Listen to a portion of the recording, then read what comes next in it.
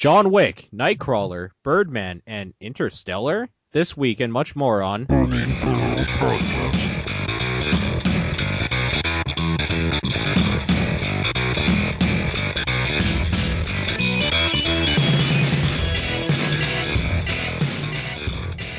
Ladies and gentlemen, welcome back to the only podcast on the internet your parents don't want you listening to. As always, I am Paul, and with me is Nathan. Yep, the only one. The only one on the internet. It's kind of most like explicit. I don't know. It's not at all. We're pretty, actually not. Yeah, we're pretty tame, I think. Like polite Canadians telling you stuff about movies. Dangerous. It's just like polite Canadian, polite Canadians. Yeah. Okay, polite Canadians just like giving opinions. The worst thing for parents, especially Christian parents. I guess so. Yeah. Pretty actually, you know what? In a way, kind of, I guess. But anyways, we're never hey, don't go to church, kids. Watch movies instead. It's more important. Just tune it out. It could actually kickstart a career. Movies, like if you take it seriously enough, and you're just like, I'm gonna make one of these motherfuckers, and then you become Kevin Smith or Quentin Tarantino. Actually, you know what? A lot of people actually like, man, I really like movies. I should do that too. I'm gonna make movies about how I like movies, and then you get really vast movies. Millions upon millions. There is Clerks 3 coming out. Okay. 2 is pretty good. I guess. I'm okay with the Clerks movies as a series now in my head, because at first it was like 2 and then what they did with it is that it's actually just like secretly Randall Graves and Dante movies, like just following like their life as they're working mindless jobs. But don't you think Kevin Smith would be getting more and more out of touch with what that's like because he's I don't think so, because and successful and gets paid just to talk about comic books and shit now? So, I don't know. At this point, maybe, but that's what I kind of liked about Clerks 1 and 2 is that I feel it came from a genuine place of Clerks 1 for sure, because that was 1. Yeah, it's that was the store he worked at, right? Or it was homemade kind of thing. I have credit card debt now because I made this movie. And 2 was kind of a weird allegory for just middle age and growing up and still being caught in the same rat race that you were in before, and fast food instead of convenience stores. But yeah, so there was honesty there. I think I don't know what 3 is gonna be like, honestly. I'm not worried, because at the end of the day, it will be a Kevin Smith film, though there will be probably a racist word thrown in there somehow. There Michael will be Parks talk will be saying something. There will be talk about just genitals. Yeah. So and somehow relate to podcasting now, I'm sure, because podcasting for him is the new comic book to talk about. That. Yeah, maybe Randall's a really successful podcaster. He talks about movies a lot. Would you say that he made podcasting more of a famous thing? I don't know. My perception of it is Ricky Gervais kind of was big early, I guess, and then started. My thing is that Leo Laporte was the podcasting dude, but that's because he was the tech guy. Okay. That's the thing, is that he was always on tech TV shows and call-in shows. So doing a podcast was just the internet radio. So of course that was just hey, internet's a thing. I'm going to do my radio show on here and put it out to iPod users, podcaster. Okay. From the get-go. So that's why but he's not famous. That's the difference, I think. Maybe in Canada, because he's done a lot of stuff in Canada for people that follow tech stuff, maybe. But in the grand scheme of things, there's a movie director that a lot of people have either seen a movie from or at least know his name or something, and tech guy. I'm just looking at the podcast Wikipedia page. Apparently a Guardian writer coined the term in February 2004. So there you go. Really?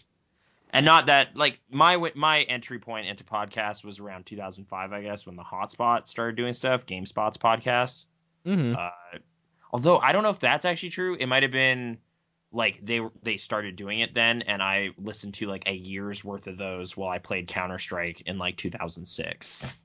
See, the weird thing is that when I remember back, I've actually been listening to quote unquote podcasts for a long, long time. It's just that before they were real audio files that people would put on like their site, and it was just an audio blog.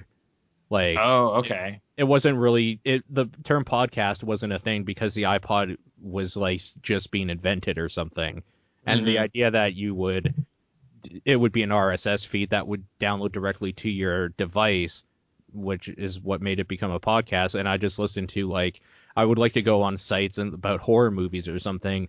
I listened to two dudes that put up their real audio file of them talking for a little bit because that was like the most compressed file you could do for internet at the time. And it required real player, which was like a real pain in the ass because it would give you spyware like almost all the time, and it would bog down memory. It was such garbage, but that's the way people compressed stuff back then until like MP3s became a real big thing, I guess, for the podcasting and just iTunes scene in general. Yeah, so only like a decade of podcasts and stuff. Although, like, up to at what point do you think you were doing that? Like 03, 02 or something? Like, yeah, like I was big conversation files. I wasn't even in my like Calgary school yet. So, and I moved there in 2002 or 1, like just for like the grade 10, 11, 12, like high school. So maybe 2001. Yeah, I'll say 2001-ish. Okay. Early adopter. But like, but like it wasn't a podcast. It was just audio on a dude's site. So it was like a proto podcast. It was essentially talk radio on the internet though, right? That's exactly what it was. I think Real Player also just had like that functionality built in where you could just go like real I can't remember what the name was, it like Real Stream or something like that, and it would just basically find stuff on the internet to stream to you as a radio station. Well, I guess just like radio style programming is the origin of all of this, so that's why there's like giant archives of just interview shows and stuff that are the same kind of thing. Right, absolutely. Talk radio. That's what it is. But the internet component, the ease of getting that stuff and getting hours and hours of it to listen whenever you want, that's the difference. So, hey, write in. What was your first podcast? Burning Barrel. There's probably an email address. That would be cool to know, actually. I mean, yeah, it's just podcast@burningbarrel.co that you could send that to. Okay. That would be cool to know. I would be interested in knowing that. You could do it on Twitter, too, I guess. You could just say shout at us on there and let us know. I wonder if we should just, like, try to start, like, a hashtag, and I'll just check that hashtag every week to see if there's anything new in there to talk about. All right, so, like, just, like, hashtag Burning Barrel, or, like, do you think we need to be more distinctive than that, or else we'll get, like, some redneck party where it's just like, I'm bringing the squirrel this weekend.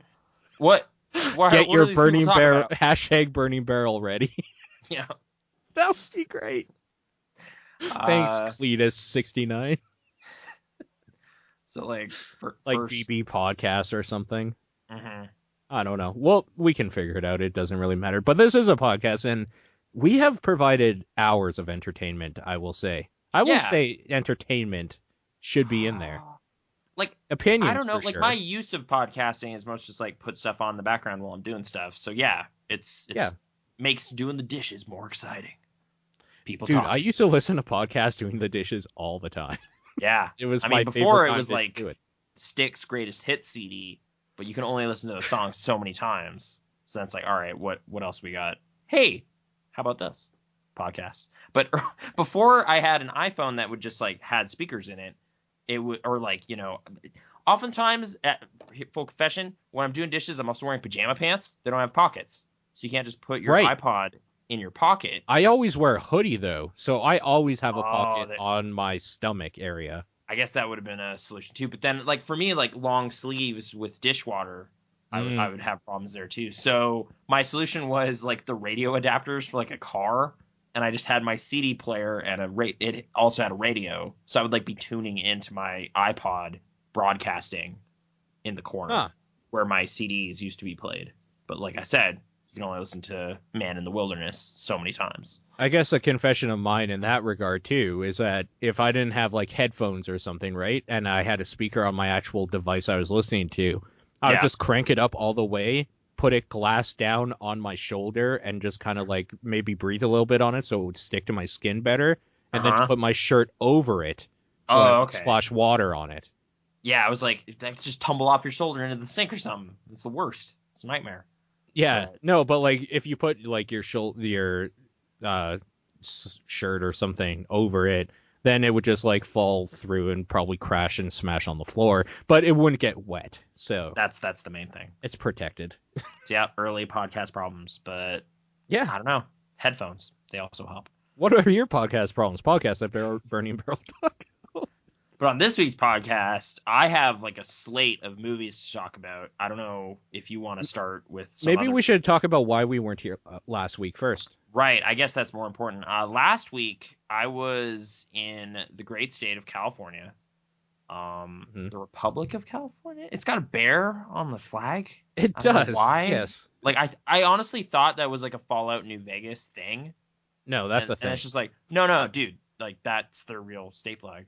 Right. Oh, I don't think about bears here at all. Like, we have bears actually up here near the mountains. In like the desert, I don't know why you'd be encountering one, but whatever.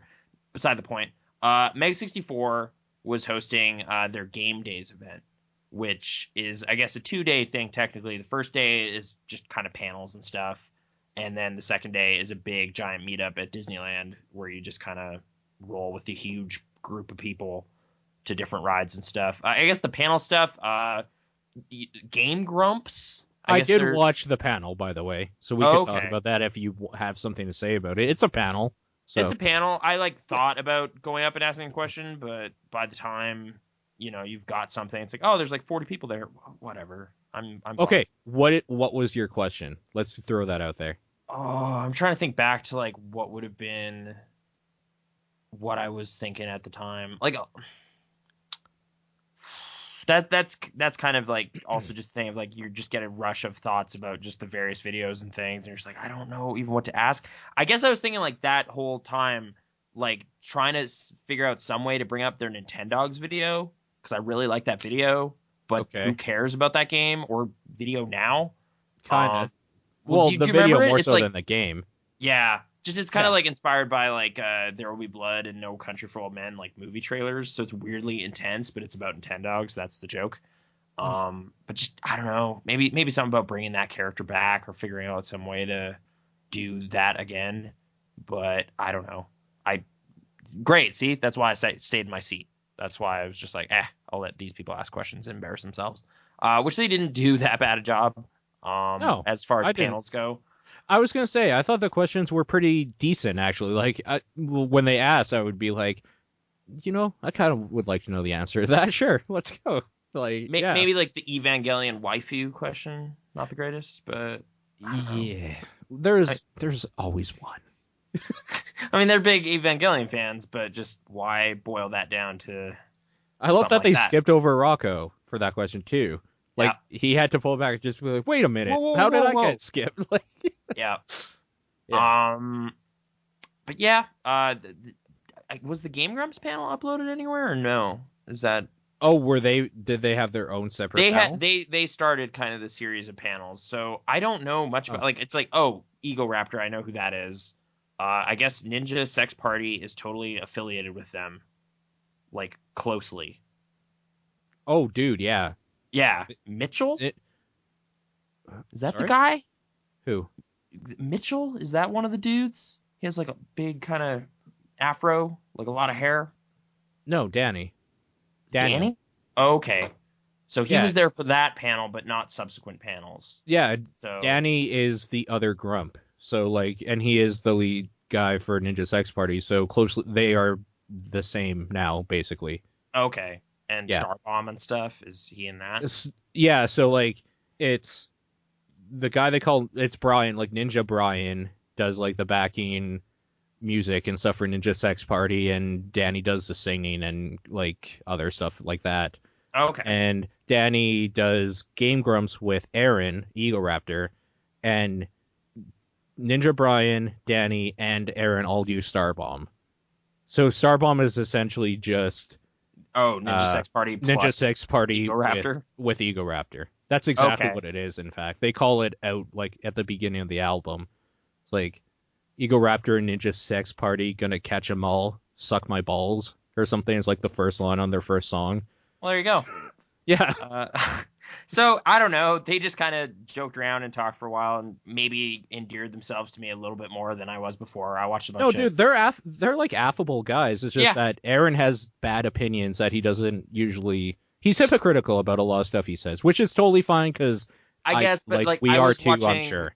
I was watching a bunch of like the animations and stuff, like his older stuff, and Legend of Awesome or whatever. Like clearly, you see his opinion of 3D Zelda games in there. Of just like the repetitious nature and Navi and all that stuff is kind of in a 1-minute video.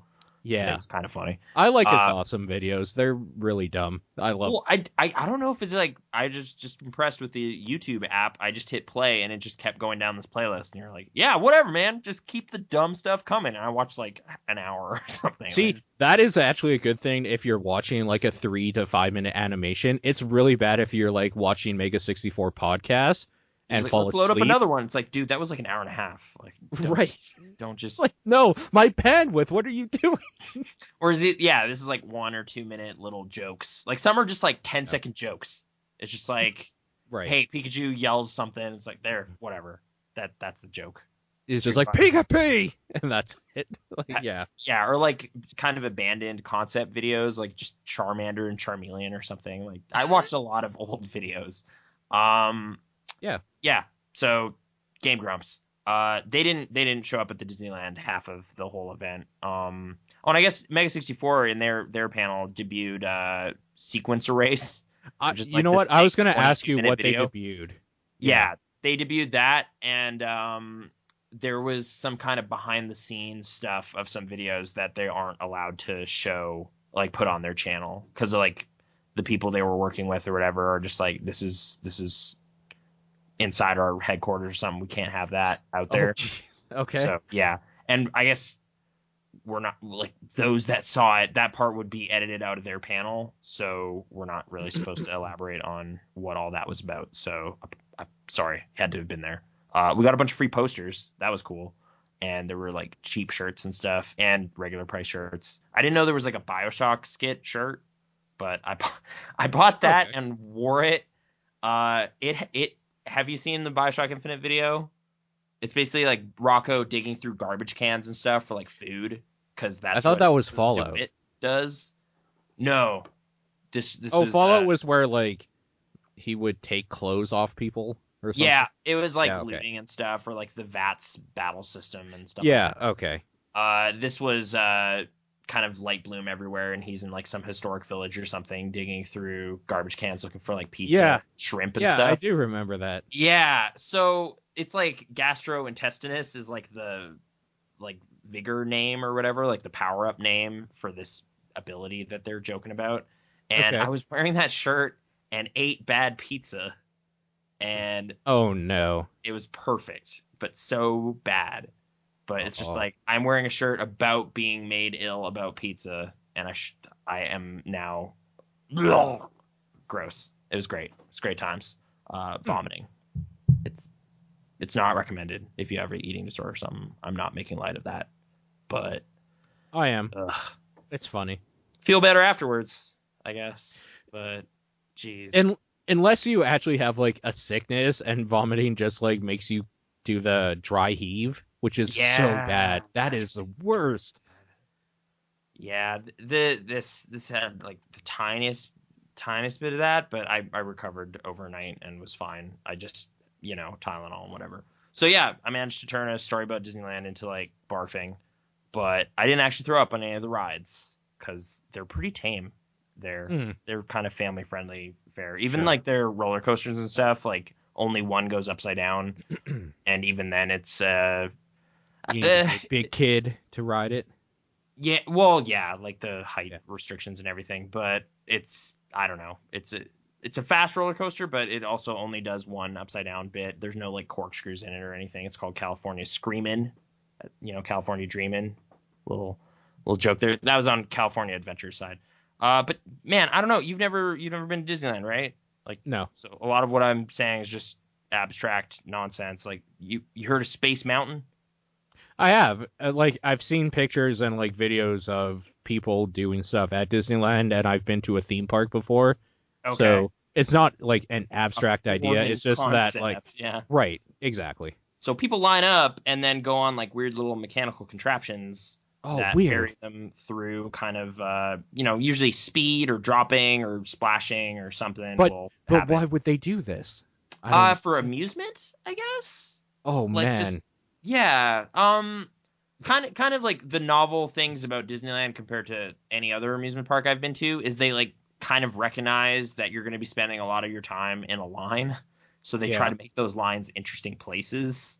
Sure. So it's like it's an Indiana Jones themed line. You're in like mines and there's treasure around and like there's just tunnels and like a weird video with John Rice Davies talking to you as Sala the character about this ancient temple and the curse and all this stuff. So there's just like Indiana Jones stuff to appreciate while you're waiting for like half an hour or whatever to sit in a fake Jeep and go through like a 3-minute thing. Do they give you like the opportunity to buy like front of the line passes for more? We had I think with every ticket you can get what is called a fast pass, like Right, yeah. but I think you only can have one out at a time, maybe. But what you can do with that is like, oh man, the line for this ride is like 45 minutes. Okay, I'll get a fast pass, and that's like scheduled for a later time. So okay. it's like come back between 3:30 and 4:30. I think you get an hour window. But like, wouldn't there you will still get to be in a a line different from line. Fast Pass people? Yeah, you still get like a fast pass line, but they only give out so many fast passes per hour block. So that so line it's still can never fast. be that long. Mhm. Which I think we only really like tried to take advantage of that with California Screaming, but the roller coaster was broken when we came back. So they're just like, yeah, maybe try again later. And we just ended up going on it the next day. But we did use it for the Twilight Zone Tower of Terror ride, which Okay. is basically just like there seems to be very few types of ride that It's the drop of exist. doom, right? Yeah, you just drop. Yeah. It's like, Yeah. oh, you're in an elevator. What's gonna happen? Well, we're buckled into like really elaborate seats with like things, and I think this elevator is no good, guys. We're gonna drop, and yeah, sure enough. But that one, it was like, okay, we're fast pass, sweet. We're in this short line. Yeah, we're right in here near the elevators and everything. Oh, all but one of them is now broken, so that inflated our wait time anyway. Lame. So yeah, that was kind of unfortunate. Well, it's amusement park stuff. That happens every now and then, depending on when you go. It's just kind of a luck of the draw. Like just seeing staff deal with that and stuff. Like And, the like, guy at, are they stressed too? They're just like, oh shit, this magical mystery thing is down.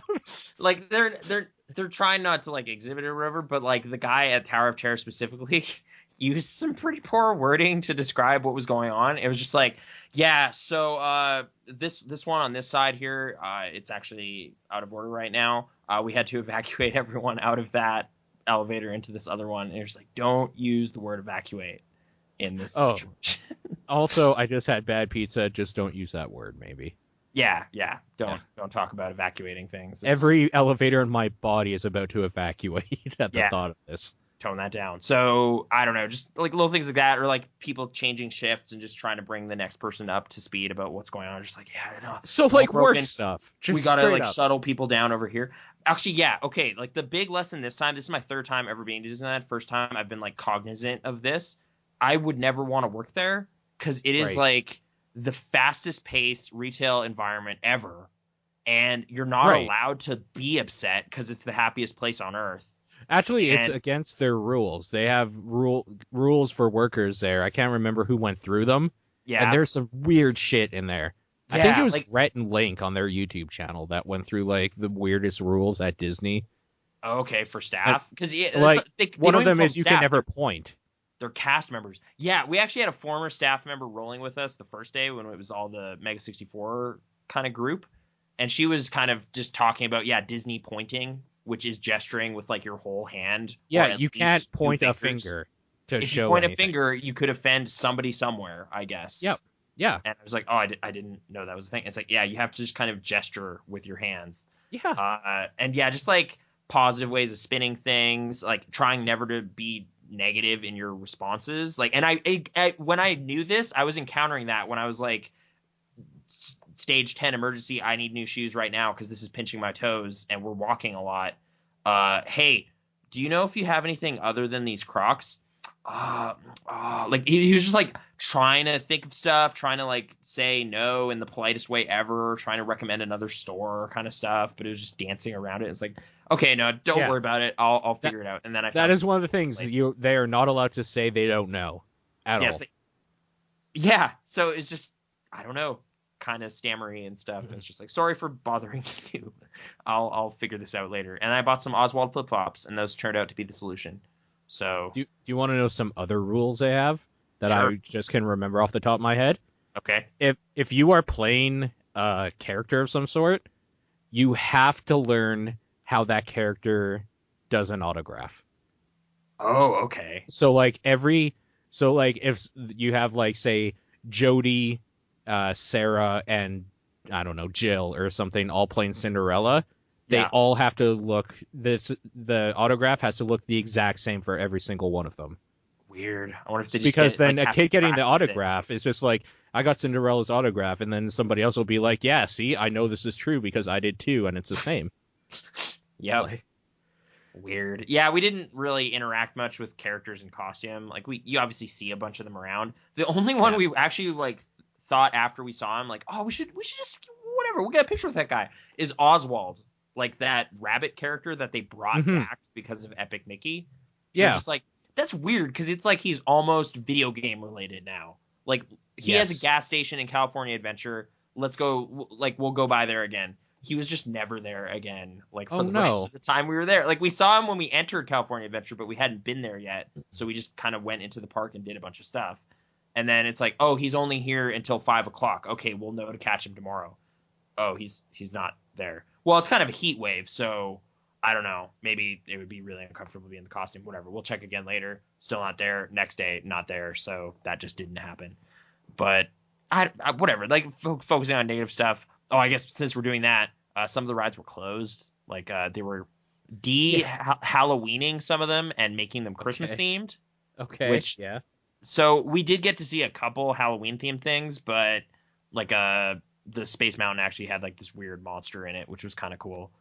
But the Jungle Cruise, I guess, was being changed to be Christmas themed, and I guess it's a Small World as well, which is kind of not anyone's favorite ride, but it's one of those classic rides that you know was there in like 1955. So you kind of want to, see it. Just could be like, this is a classic. Like Walt Disney himself was like, this is a great idea, and like signed something that made this happen. But that wasn't there. Enchanted Tiki Room, I still like that. I guess an addendum to that was we went to this bar after called Trader Sam's, which is Tiki Room themed, but for adults and drinking, and it was fun. It was maybe one of the highlights of the whole thing. Like they have special themed tiki drinks, and if you order them, weird stuff happens in the bar. Like they'll just press buttons and like screens will light up and like a ship will sink or a volcano will go off or something. And all the bartenders spray bottles everywhere. And it's like, oh, it's raining. The tiki storm. It was fun. I know I'm making it sound real fun, but it actually was. If you're in Disneyland, Trader Sam's is a good way to end it. And then we just hung around downtown Disney and watched movies. So, yeah, that was that vacation. I don't. Cool. Do you have any questions about it? I just feel like I'm missing stuff. Okay. No, because it's Disneyland. Like, it's an amusement park, so like it's just kind of like, did you have fun? Yes. Okay, that was like the most important question, maybe. I guess actually I'm gonna bring up there's a Toy Story thing there now called Midway Mania, and it's basically a video game. Like I actually both kind of Toy Story themed rides in the whole place, like the other one's Buzz Lightyear, are basically games. Like you're just handed a gun and you shoot little targets as you're going through this kind of pretty simple ride. Like Buzz Lightyear actually has kind of like models and stuff set up and like weird little robots everywhere and like paintings, and you're going through kind of a pretty conventional little fun house, and there's targets everywhere. The Midway Mania one is weird because it's basically just like 6 banks of screens, and you just kind of go through them and like shoot little like darts, I guess is kind of what you're shooting on screen, and racking up points and whatever, multipliers and all that stuff. So it's kind of like a light gun shooter that has like a motion to it and whatever, which is kind of neat. And you're competing against other people in your car, as well as just daily and weekly leaderboards and stuff. So they're definitely embracing more interactive stuff. And I guess Star Tours is new since I was there last, so it's got all kind of CG stuff in it and new movies stuff in it. So whether that's to your liking or not, it's still Star Wars though. We built lightsabers and bought them, and it was pretty fun. Like toy ones with plastic and stuff, but you get to assemble it out of various little components from various movies and various characters. So that's kind of cool. I thought it was kind of a neat thing. Yeah. Sure. There's some weird shit going on at Disney. I like when you type in Disneyland or like Disney like World or Disney anything, there's a lot of weird facts that people decide this is the internet. I'm going to just like put this out there, I guess. Like the fact that there have been apparently many cases or whatever for the actors and like the cartoon characters for different Disney people or whatever. Yeah. Like just molesting customers. Shit like that. It's really weird. Like, I don't know. At work, like at Disneyland, and just ruining it for everybody. I guess, like, in 2004, a Tigger actor was acquitted of molesting a 13-year-old girl and her mother. What does that even mean? I don't know. Like, I don't know. Though, so it didn't happen. I guess, but yeah.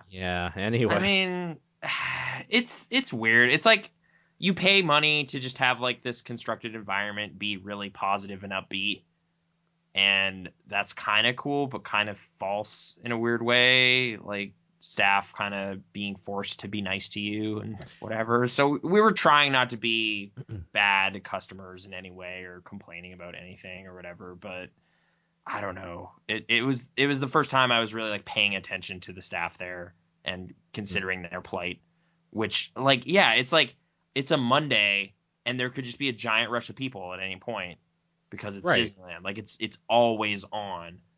And that just sounds terrible. Like unless they're really well compensated, like it's like, dude, like crazy good wages or just like tons of benefits or something.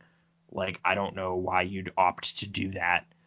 Apparently many of them make just over minimum wage. Huh.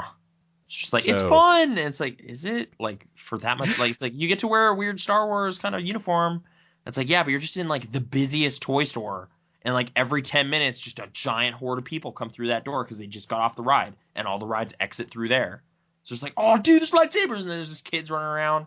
Like, if you buy a lightsaber, they make sure to tape it, like, so you can't use it. Because they're just like, we just don't want crazy lightsaber fights breaking out all over the park. We can't deal with that. Just please leave this in this bag. And you're just like, okay. Like, we're adults. Like, we're fine with that. But I could see why that would be a But, like, the minute policy. you left, you're just like... No. Like, no, we weren't. But anyone could. It's just like, whatever, it's Scotch tape. I paid $100 to get in here. That's the other thing. Every person in there is going to be the most entitled customer, too. Because they just paid, like, $100 to get in. So it's like, you know, I just got, like, access to this place. Like, you better make this a fun time. Do you know how much it costs for us to get in here? Like, it's just, like, entitled customers and lots of them everywhere. Sounds terrible, but hey, it was a fun time. Did you know in 2010 in Disneyland Paris, 2 park employees committed suicide, one of which was a chef named Frank, and he scratched a message into the wall before hanging himself. That message was, "I don't want to go back to Mickey's house," or in his language, "Je ne veux pas retourner chez Mickey." Isn't that morbid, really weird? And the employees there refer to it as Mousewitz, apparently. That room or whatever, or... No, like the park, like working there. Wow. Yeah, it's Happiest place on earth. like the actual rides themselves and stuff definitely impressed me on occasion of just thinking about, like, honestly, it was the first time I went there thinking about the fact that some game developers have commented on theme park design as being part of their inspiration or whatever. So it's like it's weird because it's like it is an on rails experience with a narrative happening in a lot of cases. So it's just like go through here and then you see this part of the story and then you go over here and this happens and then you go around here and then you exit. Like it's just kind of like this is almost a level, you know? Huh. Like this is like a summary of Who Framed Roger Rabbit, but in like 3 minutes, and they just kind of have to boil it down to like certain scenes and certain actions in a car, or like so many just like in a car things, because it's just like, yeah, you're moving through this environment and seeing wacky stuff. Like Indiana Jones, you're just in a Jeep driving through this temple, and then like 3 things happen, and then you leave. But you line up and so go it's do Uncharted. it. Yeah, I don't know. Yeah, I guess, but just high adventure things happen, but they always happen. Like that's kind of the magic of it, is like seeing it one time. Like we went on Indiana Jones again, and like it was Brittany's the first time through. And I was like, oh wow, that's so great. Let's go on again. All right.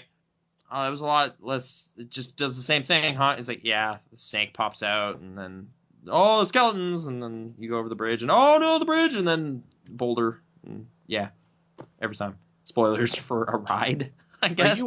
Are you able to get kicked out of Disneyland? Oh, you must. But I mean, not for being like drunk and pissing like in a child's hair or something. Okay, but like just for being a cynical jerk or what? Well, like if you went up to Mickey and you're just like, do you actually like your job here or something? And then they would just like answer by shaking their head or whatever, and they're just like, you can talk to me, man. Like I know what they're doing to you. Just like breaking. Just be real, son. Yeah, no, they're not allowed to break. The cast members, everyone who works there is a cast member. The doors all say that, they don't say staff, because I think he talked about it in that panel that we were referring to earlier, but he's also said it many times other places. Ego Raptor actually worked at Disneyland for a bit. Okay. Yeah, and he was saying it's like the worst job he's ever had. It was just weird, like a weird place to work, and people were just like, I don't know, out there sort of thing that work there. Yeah. And I was thinking about, it's like you would have to be to do that. I mean, it's like every now and then you encounter someone who's like really seems to be enjoying it though. Like the guy who runs the Enchanted Tiki Room really got into the act, and like he did this whole kind of spiel that was essentially just the exit is over there in case you need to leave, but he did it like kind of in character and did various voices and stuff, and the whole crowd loved it. Like it was like at that point it was full of Mega 64 people. So like everybody in that room was like kind of on the same page, and he just kind of did this performance, and it was pretty awesome. And then the automated like I guess, man, animatronics just did the rest of the thing. But I don't know, like every now and then a staff member seems to genuinely enjoy what's going on, but then there's a lot of just like, I work in the worst like clothing store. Like I mean, I'm sure that's every job. There are people there just like, I really enjoy like getting to see the new jeans come in or something, and then the other person's like, this is the worst day of my life. I'm gonna hang myself with this denim right here. Yeah, like that's any job, I'm sure. Or something. Yeah, but how was like hanging out with Mega 64? Maybe we should talk about like the actual thing that happened, putting that on. It was neat just being part of like a huge horde that would triple a line just by showing up, kind of thing. Like it was just like you could watch the impact the giant crew showing up has on like the estimated time or whatever, and that kind of thing, or just having people to talk to while you're waiting around. Like we had to wait for like an hour for Space Mountain, but we were playing like weird kind of phone games with everybody in line for most of that time, so it just kind of went by a lot faster. I mean, like kind of awkward sometimes though, of just like we're all kind of internet aware of like the same thing, so that's like our common point of interest. So there was definitely kind of moments of just like, we're gonna go now kind of thing. Like it just like, should we like swap email addresses or something? Like I don't know, we gotta go, like we're gonna miss our shuttle. Like, it was just like, it ended on a really kind of, I feel we could have been more sociable, but why? Like internet, Right. like we're separated by like many miles, and like we might never go to this again. So it was just kind of this weird kind of, I don't know, like bye. Like I always kind of felt that way with like waiting in line for like the Giant Bomb cast or something. Because you'd yeah, be in the same room with people that were all there for one general, like for the same 4 or 5 dudes, right? Like we all know the jokes and all these little things, and we're stuck in this room together for like 2.5 hours until they open the doors, yeah, and you just kind of like start talking to people and stuff. And there was always something weird about it. It's like you could tell the people that really really like Giant Bomb because it's like, oh yeah, they know each other by forum name and stuff, and I didn't participate in the forums because I don't like a lot of people that are there or something. It's like yeah. Like you feel just like almost like the outcast in like something you like because you don't like it as much as some other dude there, or I feel like you just like it in a very different way, like casually.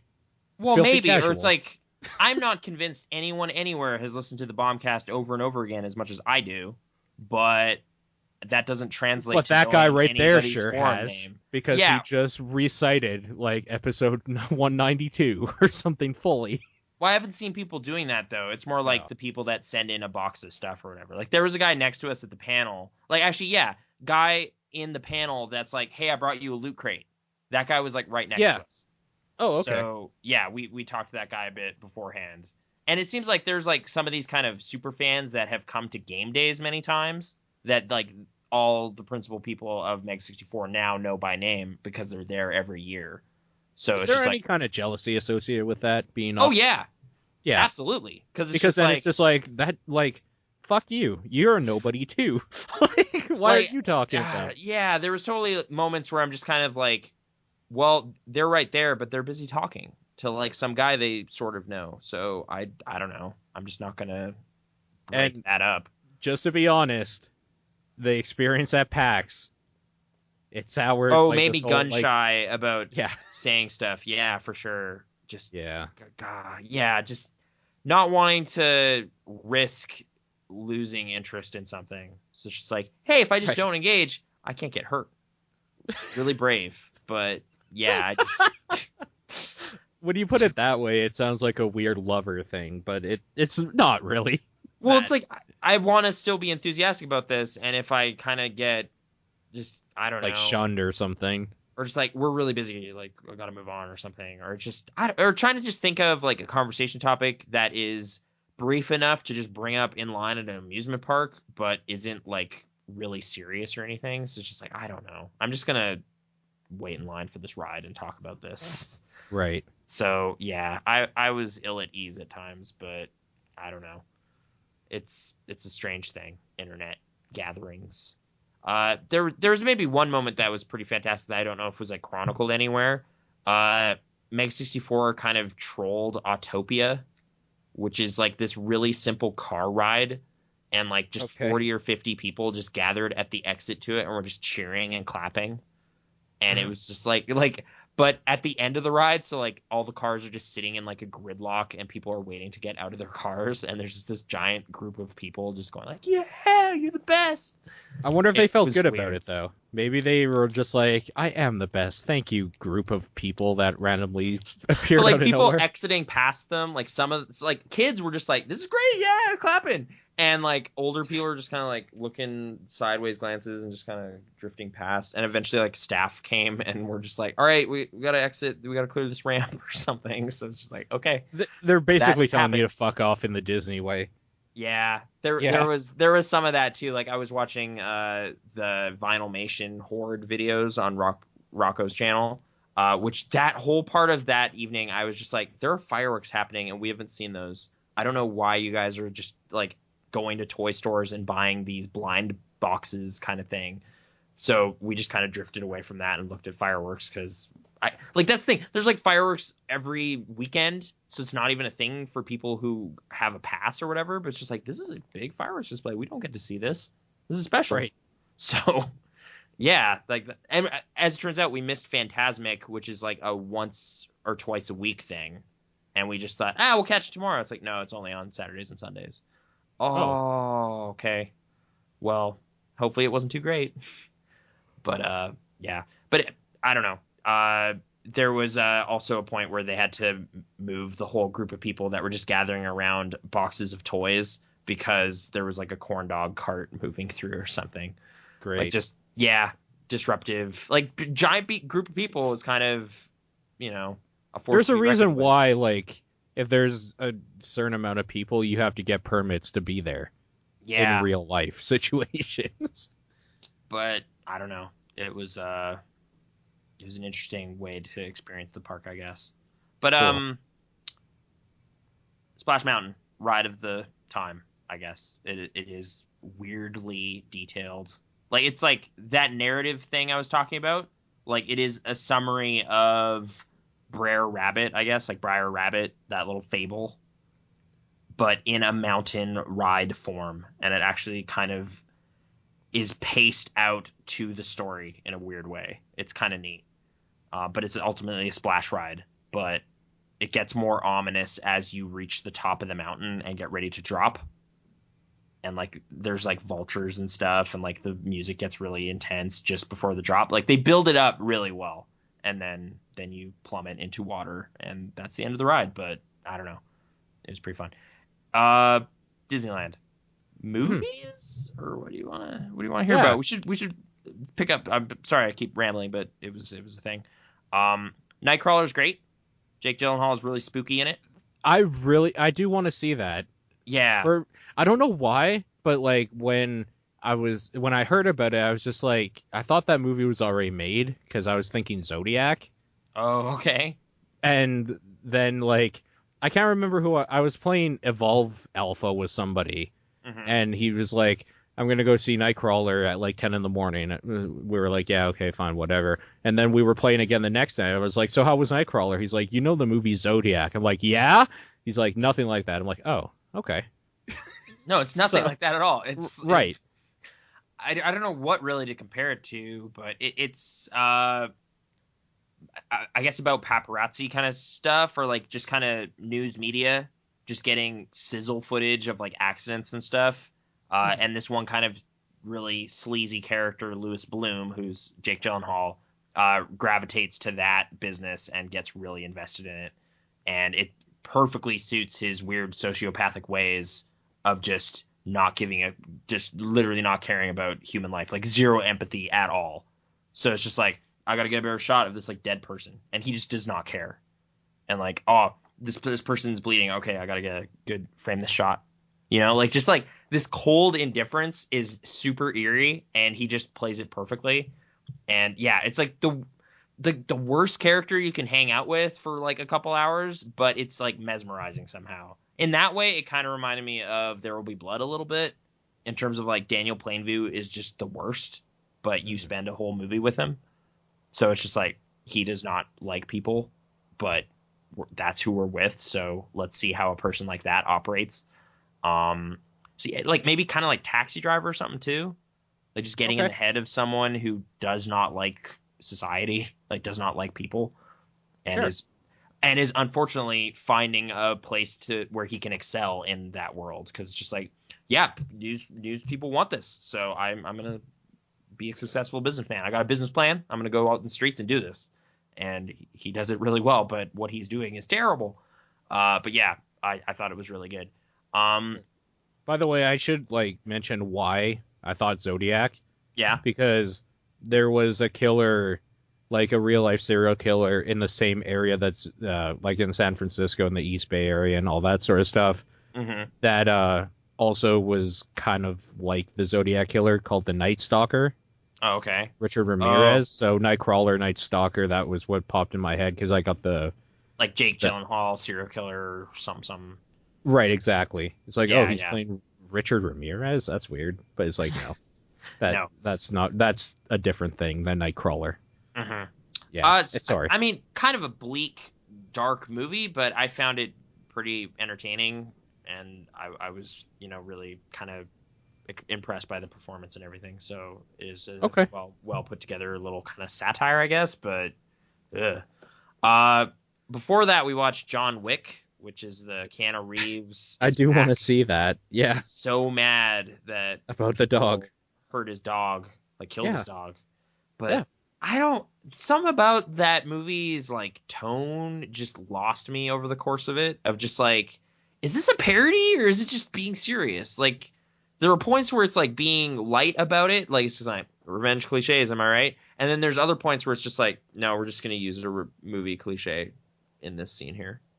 And like, or just little things like the first time you see John Wick in action, he's just like wrecking everybody. Like it's like nothing. He's just huge body count, like 20 dudes dead. That guy wrecks everybody.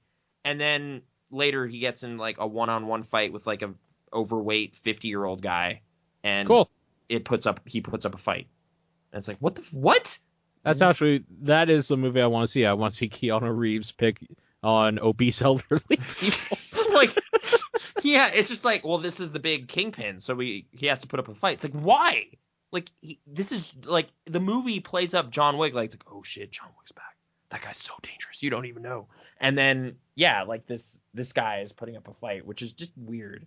There are parts of it that are just like, this is like watching a video game. Like, this is like watching a Max Payne 3 level or something. How do you feel about John Wick being integrated in Payday 2? Maybe a little weird because he does not rob things. Yeah, it is weird. Thank you. Like he's a crime character, but he does not wear masks or anything. He is like hitman. Maybe is his past. Like sure. It kind of doesn't make sense that he would be robbing places. Well, I thought so too, but there he is. I mean, I saw there was Hotline Miami DLC I didn't know about, which that sounded kind of cool. But yeah, that wasn't done very well either. Oh, like all their weird tie-ins haven't been too great lately. Like, do they integrate any of the music or anything, or no? One track, and it's really good. Oh, okay. So that is good. Also, color, like materials and colors for masks, very Hotline Miami-ish, very cool. And the masks from Hotline Miami as well. Yeah, but the level is not good. Oh, no, okay. Not really. Like that was the one that was like, oh, I didn't know they did this. I'm like, oh, maybe, but okay. And then John Wick just appeared out of nowhere. Is that like paid DLC or is it like promotional DLC? So it's free, but it's like it's an ad for this movie. Yeah, that's exactly what it is. Yeah, I don't know. Who was it? Lionsgate that did John Wick? Maybe. Because whoever did John Wick is also the same studio doing the Payday movie. There's a Payday movie? Yeah. Dudes rob a thing. Okay. It could be great. I guess. Like it could be the new Heist. Yeah. Gene Hackman. Yeah. Oh, sorry. No, I meant Heist. David Mamet's Heist. That's exactly what I meant. That's why I said Heist movie. Danny DeVito. Yeah. Okay. Payday promotional stuff. Whatever. I thought John Wick was too much like Shoot 'Em Up or Lucky Number 11. Those are the movies it reminded me of. If you really like those movies, maybe you're in for a better time. I was just kind of underwhelmed by it overall. Like, I thought it opened strong for the most part, even though like the dog thing is just so like just such a bad guy thing to do. It's just like very heavy-handed. Literally kill a puppy. And it's like, obviously, I'm the movie's bad guy, because, like, who would do that? It was just so on its face ridiculous. But I think that could be done well, though, in a movie if it was just, like, some weird, satirical musical where he's like, I'm the villain, and just, like, shooting a bunch of puppies in a pound or something. Yeah, like... He's dancing around. And that's the thing. It's, like, sort of comedic sometimes, but then wants to be serious other times, sort of, in a way that I was just, like, just never sure what it was trying to do. Right. Boondock Saints is better. I don't know why that is a point of comparison, but dudes shoot Boondock dudes Saints and Willem Dafoe's in it. Yeah. So I thought that movie was more consistent anyway. I never saw All Saints Day. I didn't either. Okay. But it's good. Yeah. And whatever, Keanu Reeves just does Keanu Reeves stuff. He just is stoic and shoots guys sometimes. Right, so it's the perfect role for him. It is the perfect role for him. Just like Constantine. But he doesn't like try to do any kind of comedic stuff, really. He just kind of the joke is how straightforward he is. Like, that's how they play it. So it's just like, hi Francis, Hi, John. Got something you're doing there, huh? Yeah, just, throwing a body out. Okay. Like, just, real casual about violence. That's kind of the joke they play several times. Because, like, it's just like, there's this weird criminal underworld that is just operating at all times and everyone knows and it's fine. Like, a cop will stop by and just be like, hey, John, what's going on? Just, got attacked by a bunch of assassins. Oh, okay. Oh, good luck with that. And that's the joke. That's the scene. That's the scene in the movie. Believe he's in Payday. Yep. Keanu Reeves in Payday. Like, whatever. If there's like what was that heist movie with masks that he was totally in? Point Break. I know. No, that's the thing, is that people were saying, like, it's basically Point Break. And then it's like, I'm disappointed because it's nothing like Point Break, which is it's the right comparison. Yeah. Like, get just President's Masks pack and Keanu Reeves. President masks are already in there. You just need Keanu Reeves. Well, there, fine. Like, instead they put in John Wick Keanu Reeves, and it's So he's really got long weird. hair. Yeah. He just looks so trashy. And he always has, like, sunglasses. Does he? I think so, and I can't remember. But, like, you can play as him and, like, put on sunglasses for, So like, that's his a mask. Neo thing? Because he doesn't really wear sunglasses guess. in the movie. Yeah, no, I don't know. It's really weird. Okay. Well, that was like, another... You know how when you're down in that game and you're, like, yelling at somebody, like an AI partner to come get you or something, and they're like, Dallas, come on, or something. They, like, if I remember, they refer to him as John Wick. John Wick, come on! Like John two Wick. syllables? Like, I think so. I can't remember for certain. Like, I only played with a group that night, like, once when that came out, and I was just like, John Wick is literally the worst, and then we all laughed and turned it off. So wait, did he do voice stuff for it or no? There is dialogue from John Wick, yes. I don't know if it's Keanu Reeves, though. Okay. It very well might be. I don't know. It's so forgettable, just like I'm sure John Wick is. So yeah, critics are getting behind it, and I don't know why. It's at like 85% right now on Rotten Tomatoes. Weird. And it's just see, like, I was kind of hoping it would be one of those, like, it's so fucking bad you have to see it. no, but... like that's the thing. Like, so many movies end up in that boring middle zone, and it's right there with Fury, I guess, of just like, no, it's technically fine. It's just kind of nothing. Like, right, okay. It's a 6 or whatever. Like, it doesn't matter. Also, it's a 6, whatever. It doesn't matter. Interstellar, Christopher Nolan's new movie.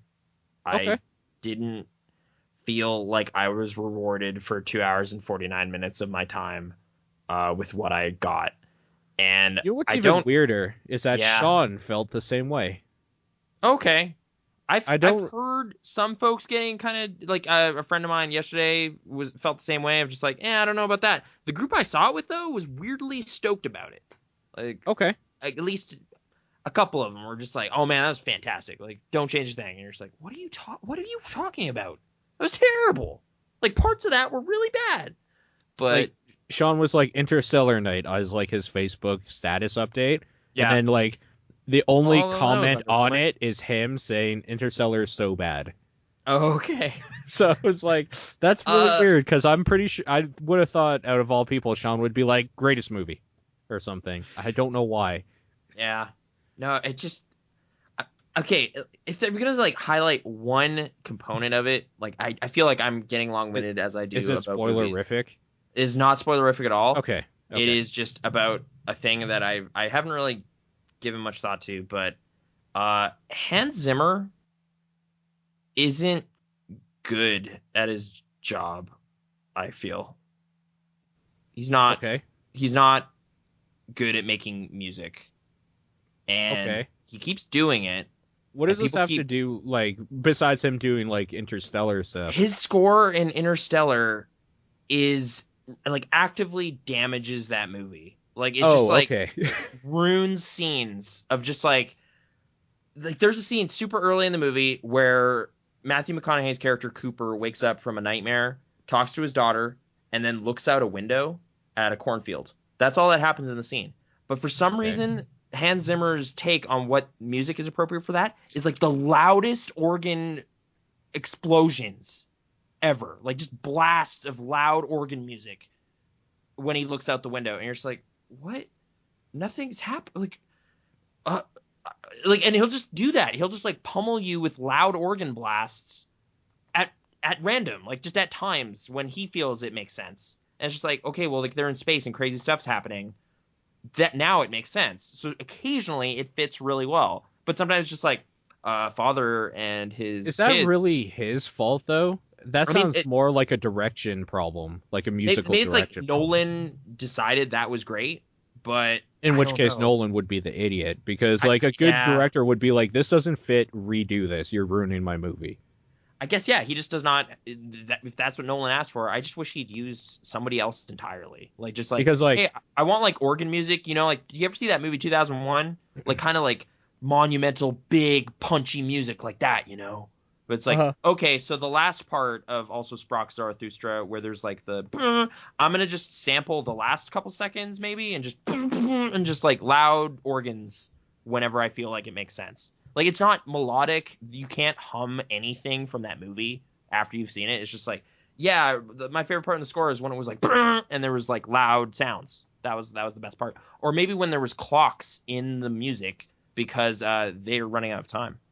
Subtle music. That's the thing too, is because like, let's just take Inception, for example, right? Yeah. There is some really, really good music in that. But the one thing you always remember is the for no reason all from the time. The trailer, yeah. Which, yeah, I'm not sure what folks are getting. Like, maybe Nolan just doesn't know how to rein him in. Maybe, like, or maybe it's he like is the David Cage of music. And it's not even like I hate experimental organ music or something. It's like no. It's not that. It's like it paired with the images on screen don't fit together. Like, there'll be, like, really sweeping shots that don't get underscored. There'll be kind of just bland, like, close-ups of somebody, and there's, like, just loud, bombastic music going on. You're just like, what is going on? Like, why? Like, this is not enhancing the scene. This is just, like, weird and distracting. So I got really irritated with the music pretty quickly in that movie, and it was kind of damaging everything after that. Just generally as a movie, though, it is, like, I feel things Nolan does is just like bland colors. Like, there's not a lot of colors in the movie. It's a space movie, so I guess you wouldn't think they could do that anyway. But it was just like, yeah, a lot of blue. Like, we're going. Am I able to do really something maybe a little unorthodox here for the podcast? All right, what? And just stop you because I'm gonna watch it and then we could discuss it like in length. Oh, all right. No, because like it doesn't sound like you're either like I hate it or love it. You're just kind of in the middle, like meh sort of thing. Yeah, no. So it's another one of those candidates where it's like I'm in the middle and everyone else is on the far right of just like 9 out of 10, 10 out of 10, greatest masterpiece. But see, this is a weird thing. Talking to you, seeing Sean's thing, and there was another person. It sounds like it's meh to me. I haven't heard the 9 out of 10s. Like, Rotten Tomatoes, even like critics are kind of like it's like it's 74% or something. Like a good percentage of people are kind of indifferent about it. But IMDb is going nuts, and I always check IMDb, and I shouldn't ever look at it. Because IMDb is like the place where thought dies. I hate it, but every time there's like a big movie, I kind of just look for my own thoughts, right? Like that thing of just like, okay, where's the people saying this sucks ass? All right. Oh, here he is. Read. Yeah, no, he's really summing up a lot of my issues with the plot and the story and the character motivation. Best Hans Zimmer score ever. All right. What is this guy doing? All right. You know, and I couldn't find myself. I was not there yet. So you don't like any Hans Zimmer music at all? Well, no, it's like that Hot Pirates remix is pretty good or whatever. Like, or, you know, Gladiator or something. Because I was going to say, the stuff he's done for Pirates of the Caribbean is really good. Yeah. But, like, that was 11 years ago. I guess, okay. I just looked up when that came out. It's maybe part of it is really just the pairing. It's like his type of music is fine for, like, big, giant stuff happening. Like, just, like, two pirate ships are fighting in, like, a cyclone. You're just like, sure, whatever. Like, big, loud sounds, big booming, whatever, that's fine. But in this movie, it's like, you know, the big canvas of, like, spaceships and everything. but it's a pretty small personal story about a man and his family. And to have that paired with just loud, bombastic music is just totally at odds. It doesn't work right. And I couldn't help but feel that like the whole time. And it's like 3 hours long, so you get a lot of music, and they just keeps coming up, and you're just like, I don't want this to, like, pretty soon I was just like, you should just rescore this movie. Like, if you rescore this movie, it goes from like a 5 to like a 7. What's Danny Elfman doing? Maybe he can do something. Yeah, it's just like special features on the Blu-ray of just like, yeah, we had a real composer take another pass at it. Danny Elfman's really good at making stuff that fits like the thing he's doing it for. The theme, I mean, the music to Men in Black's so good. That opening stuff.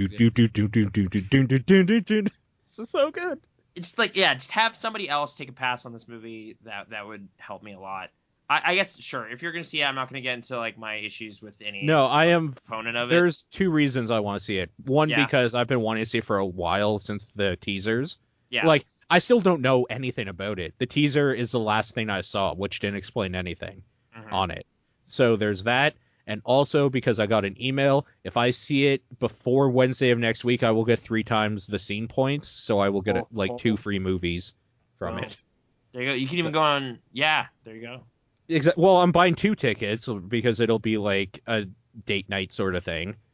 So I'm going to get essentially 6 times, I guess. There you go.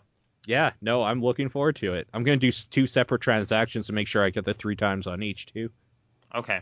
All right, so that's it with Interstellar. I didn't really like it. There you go. More up to date either, just to be clear to people that maybe want to see it. Is what? I was saying, like, maybe people that still want to check it out, like, you didn't really hate it, it sounds like, either. Like, there are large things about it that are fine. It's just, okay. I think it's just a matter of, like, with how much time he has to tell his story, like, it's just not focused. You know? Like, it's just like... Yeah, that's... Okay. Like, it's like the underlying themes and stuff he's doing, it's like, I actually am okay with, like, most of this. It's just the execution. That's weird, because I always thought Nolan was one of those guys that was good at that. The execution. I love Prestige. Like, he put a lot of weird, like, thoughts and stuff in there with good pacing to make it feel like it fit. So it's kind of weird to hear that he just didn't know what he was doing with the pacing, it sounds like. Well, I guess it's just like after you do 3 movies in a row that earn $1 billion or thereabouts, you can just do whatever. So I feel like this is whatever.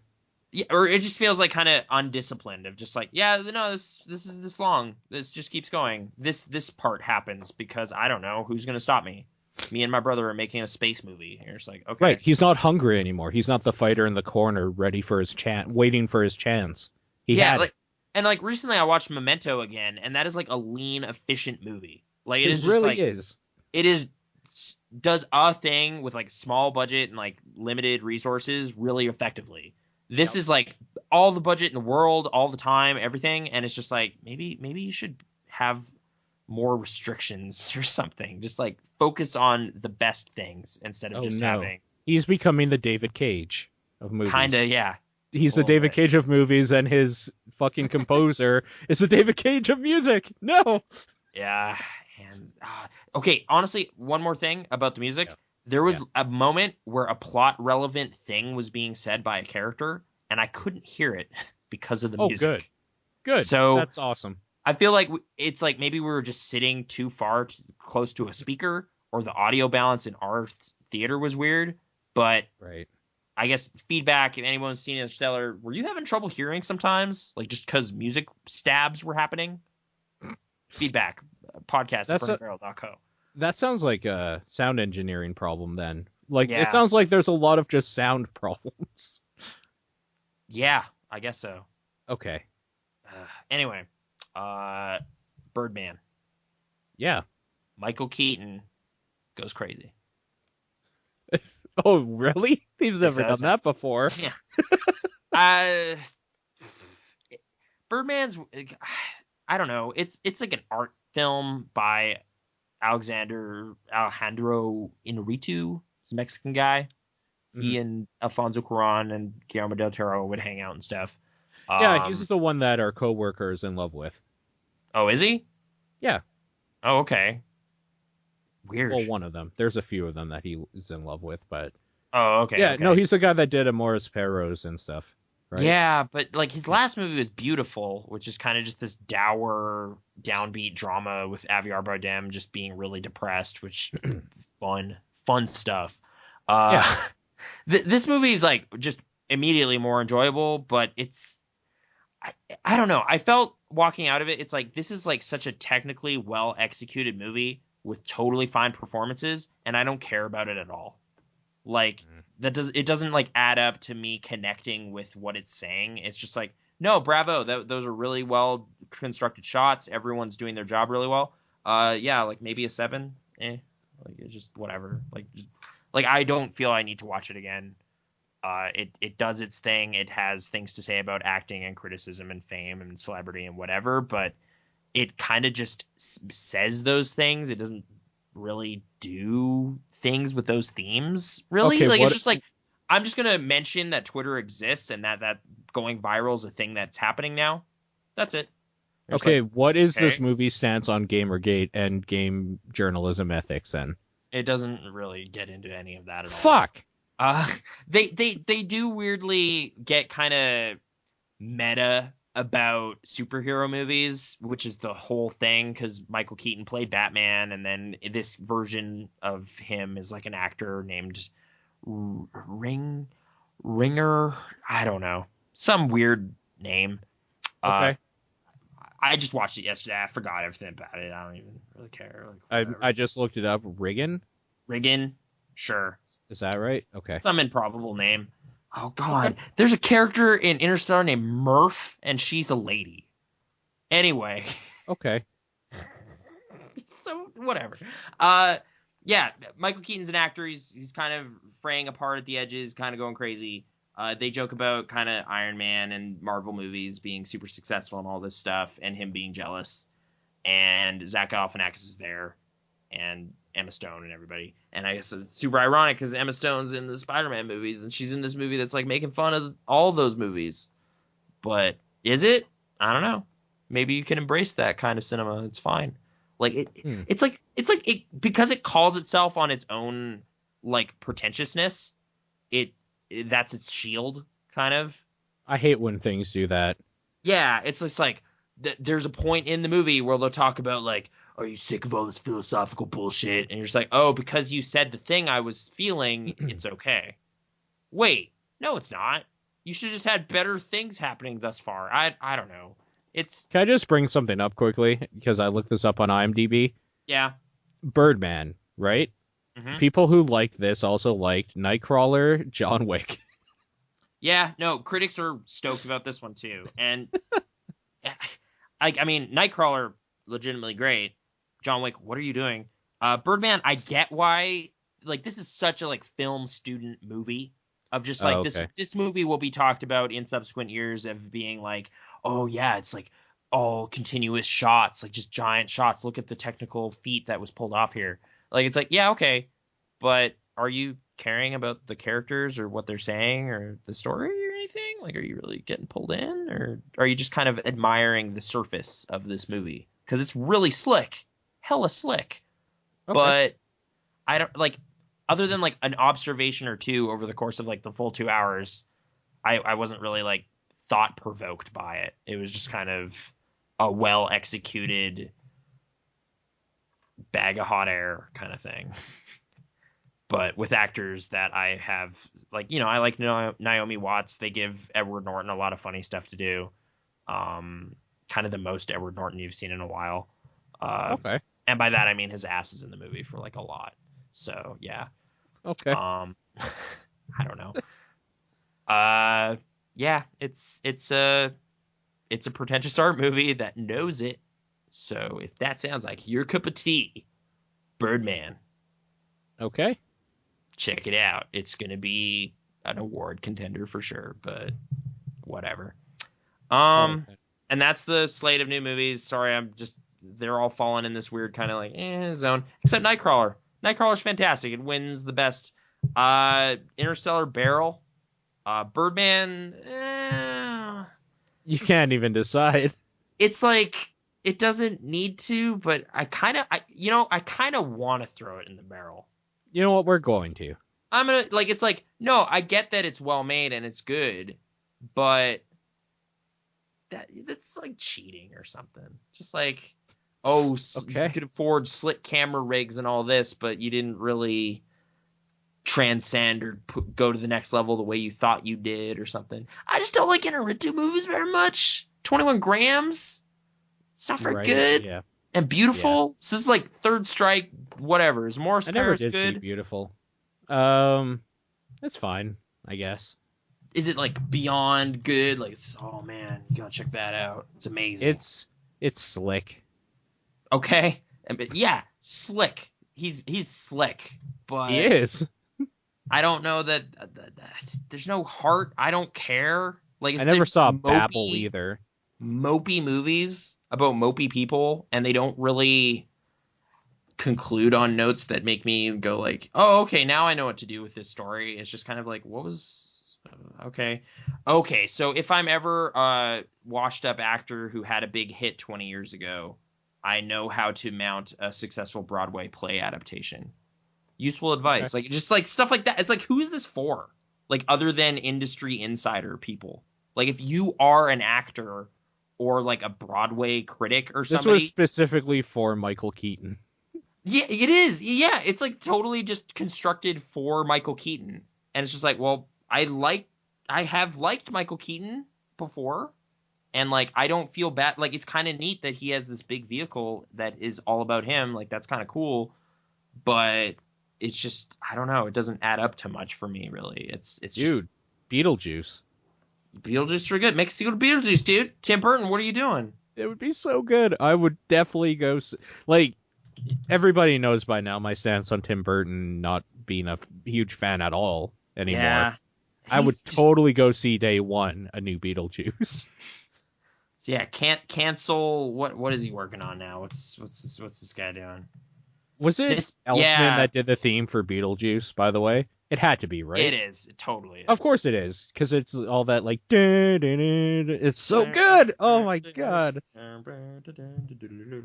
That guy's too good. Like fucking nerf Danny Elfman because he is too good at music. Okay.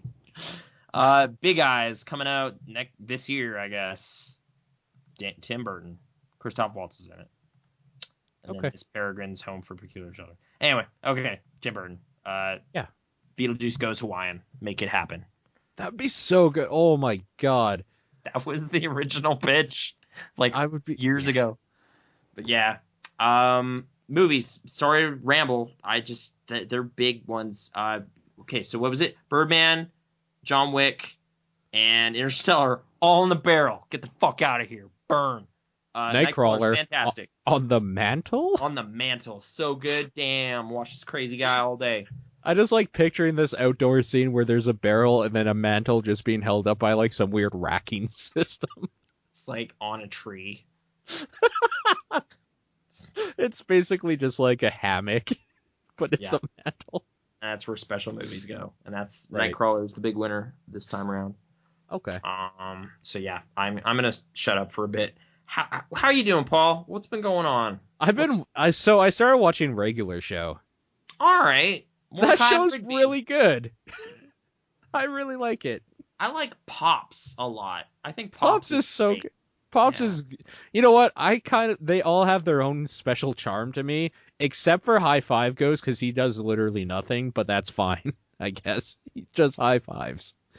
He's just kind of a supporting, like, foil character, but yeah. Right. That's but, like, yeah, Pops is great. I can't remember the main guy's name now. Mordecai? No, like, their boss. Benson, yeah. Benson's great in his own weird way, where he's just like, he's kind of like Mr. Spacely in a weird way. Just crabby boss that's like constantly like, get back to work.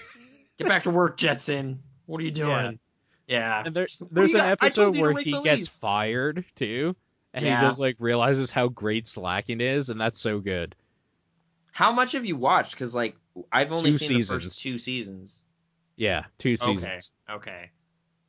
We gotta. Oh, and also on a weird related note, if you have a job where you have some downtime randomly and sporadically, 10-minute episodes are the best format to watch. Yeah, they're kind of that's a good amount of time for a bunch of household stuff too. Like it's just like, oh, I've just Yeah. put this pizza in the oven.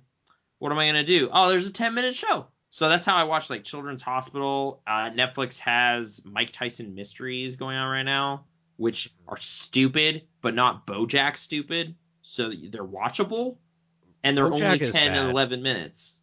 So I that's think the difference.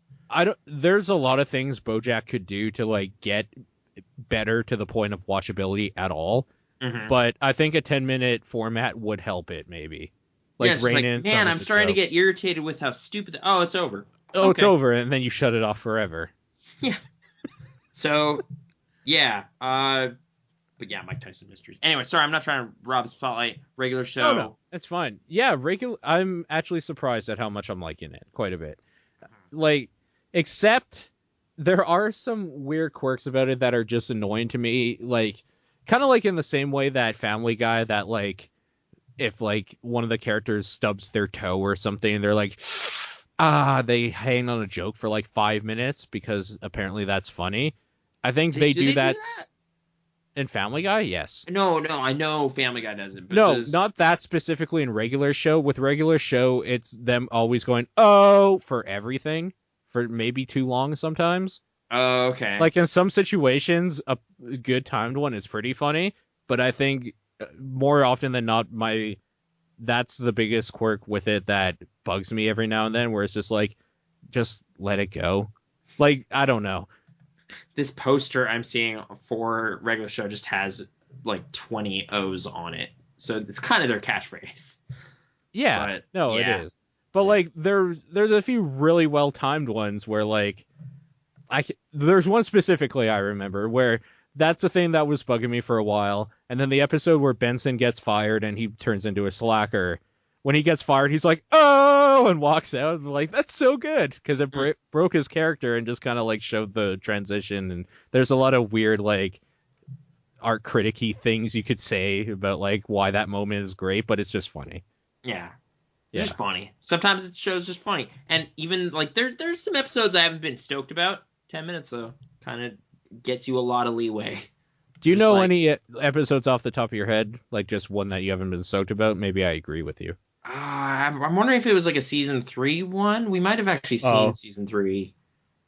There's one where like the cart is having this big crisis. Oh no, I haven't seen that. Okay. Sorry. I guess we've seen the first 3 seasons. Okay. So you're still in good territory right now with the first 2. I don't know if there's any kind of off ones in there. Sure. Party Pete. And but I mean like just dumb gags. 10-minute episodes, even if there's a bad one, you're done it in another 8 minutes. Mm-hmm. Like it's the length of a YouTube video. Like you might as well just finish it and keep going. Mm-hmm. Especially at work when you don't have anything to do anyway. So what are you losing? Yeah. This is one of like Brittany and my shows though, so we both watch it. So I can't just go to work and watch all of it. Just come back one day and just be like, yeah, I watched all of regular show today. Just all of it. It's 10 minutes. I was there for 10 hours. Worked out. Right. Yeah, exactly. Like I watched 600 episodes my whole shift. Yeah. If I can find a show that's like fits that format, that like maybe I should get the rest of Children's Hospital because they only ever had the first 2 on Netflix. Is any good? It's okay. It's funny sometimes. 10 minutes though. But yeah, I don't know. Do you like Rob Corddry? Depends. Okay. I think that's the right answer, by the way. With him specifically. Like sometimes yes, sometimes no. I don't know. What's he doing? I'm not a big fan of Muscle Man. No, I'm not either. Like, there's a couple episodes that really focus on him, and they're not my favorites. Yeah. But yeah, that's why we were calling out like High Five Ghost. I was like, well, I don't know. He's like one of the funnier components of Muscle Man's thing. But, right. Because Muscle Man's not the funny component of that at all. Yeah. But hey, what characters? Win some, lose some. Do you like Adventure Time? Yeah. Okay. I guess just specifically today, I was thinking about Cartoon Network kind of writing, I guess, because I started playing Super Time Force. Oh, okay. And that just seems to be that kind of joking is in Yeah, that game, you know? for the most part. And It's hit and miss. yeah, like I like the mechanical part of that game. Like that's a Yeah. good idea. I So it's like like, that later on in the future, after like the beginning part, your captain guy has 2 eye patches. yeah, that's like the first joke in the game though. I know. And after that, it's kind of like, man, like that was the joke that got me. Like, and it's a lot just like internet, like, or not even internet, just slangy kind of, okay, thanks, bye. Like characters are saying that in conversation, Yeah. or just, I don't know. It's They're got like like a, tweets. Yeah. yeah, or something. It's got like a snarky, sarcastic thing to it that's just like, I just like this time mechanic you guys have. Like, stop trying to be funny. Just let me play Yeah. the action game. Yeah. But This I is don't know. kind of the same way I felt about Borderlands after the first 2 hours, Borderlands 2. That said, like some components of it, I think like Amy McKillen, I like that name, and every time I like spawn that character or lose that character, I'm like, oh no, Amy McKillen. It's just stuff like that. I just get weirdly attached to some of the character names, but that's the character name I remember. Like Shieldy McBlockerson or something is the other guy. Yeah. That does not roll off the tongue at all. No, it doesn't. So I don't know, That but game is fine. yeah, I don't know. Just the way you like stack up to solve problems with just brute force of I'm gonna And make then more guys. and then at the end, seeing all of them in action, it's really good. Yeah, like Yeah, the replay stuff is kind of satisfying to watch happen. for Although sure. I'm at like maybe my fifth or sixth level. Like I've completed one area and I'm almost done Atlantis, but I got kind of fatigued by the boss battle phase of that world, so I didn't quite finish it. Yeah, no, But that game bored me. Like I had fun with the first few hours, and I haven't gone back to it. well, I feel like it's like you're supposed to be unlocking a new character every time you go into an area, but I missed the one in Atlantis because I didn't know how to get him, Oh, and you you're have to always redo on the it then? clock. Well, I'm like, can I just go back to level 4 of this area or something? I don't know. But if I don't get a new character, then there's like no new mechanical things at all, and it's just like, Hmm. yeah, just do another one like that. And yeah, I might be running out of like how much did you play? 3 hours worth maybe. Okay, I'm at like just shy of 2, and Okay. if it doesn't I change up probably stopped around things. the same place you were. I don't know. It came out on PC at a time when I was just like meh anyway, and then I Hmm. played it for a while and was just like, oh yeah, I remember why I wanted to play this so much at PAX because this mechanic is great.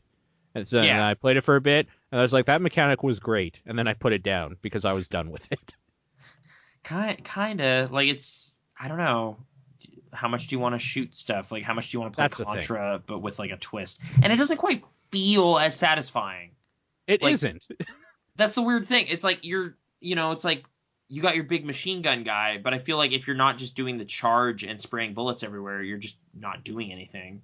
Hmm. So I'm constantly just kind of pressing X. It feels like I'm almost like queuing up attacks for the guys to do as opposed to like press button bullet fires, you I know? think there's also a thing of like in Contra, you kind of just needed to get better or like fight your way through it. You can kind of brute force your way through Super Time Force, and it becomes monotonous doing it that way too.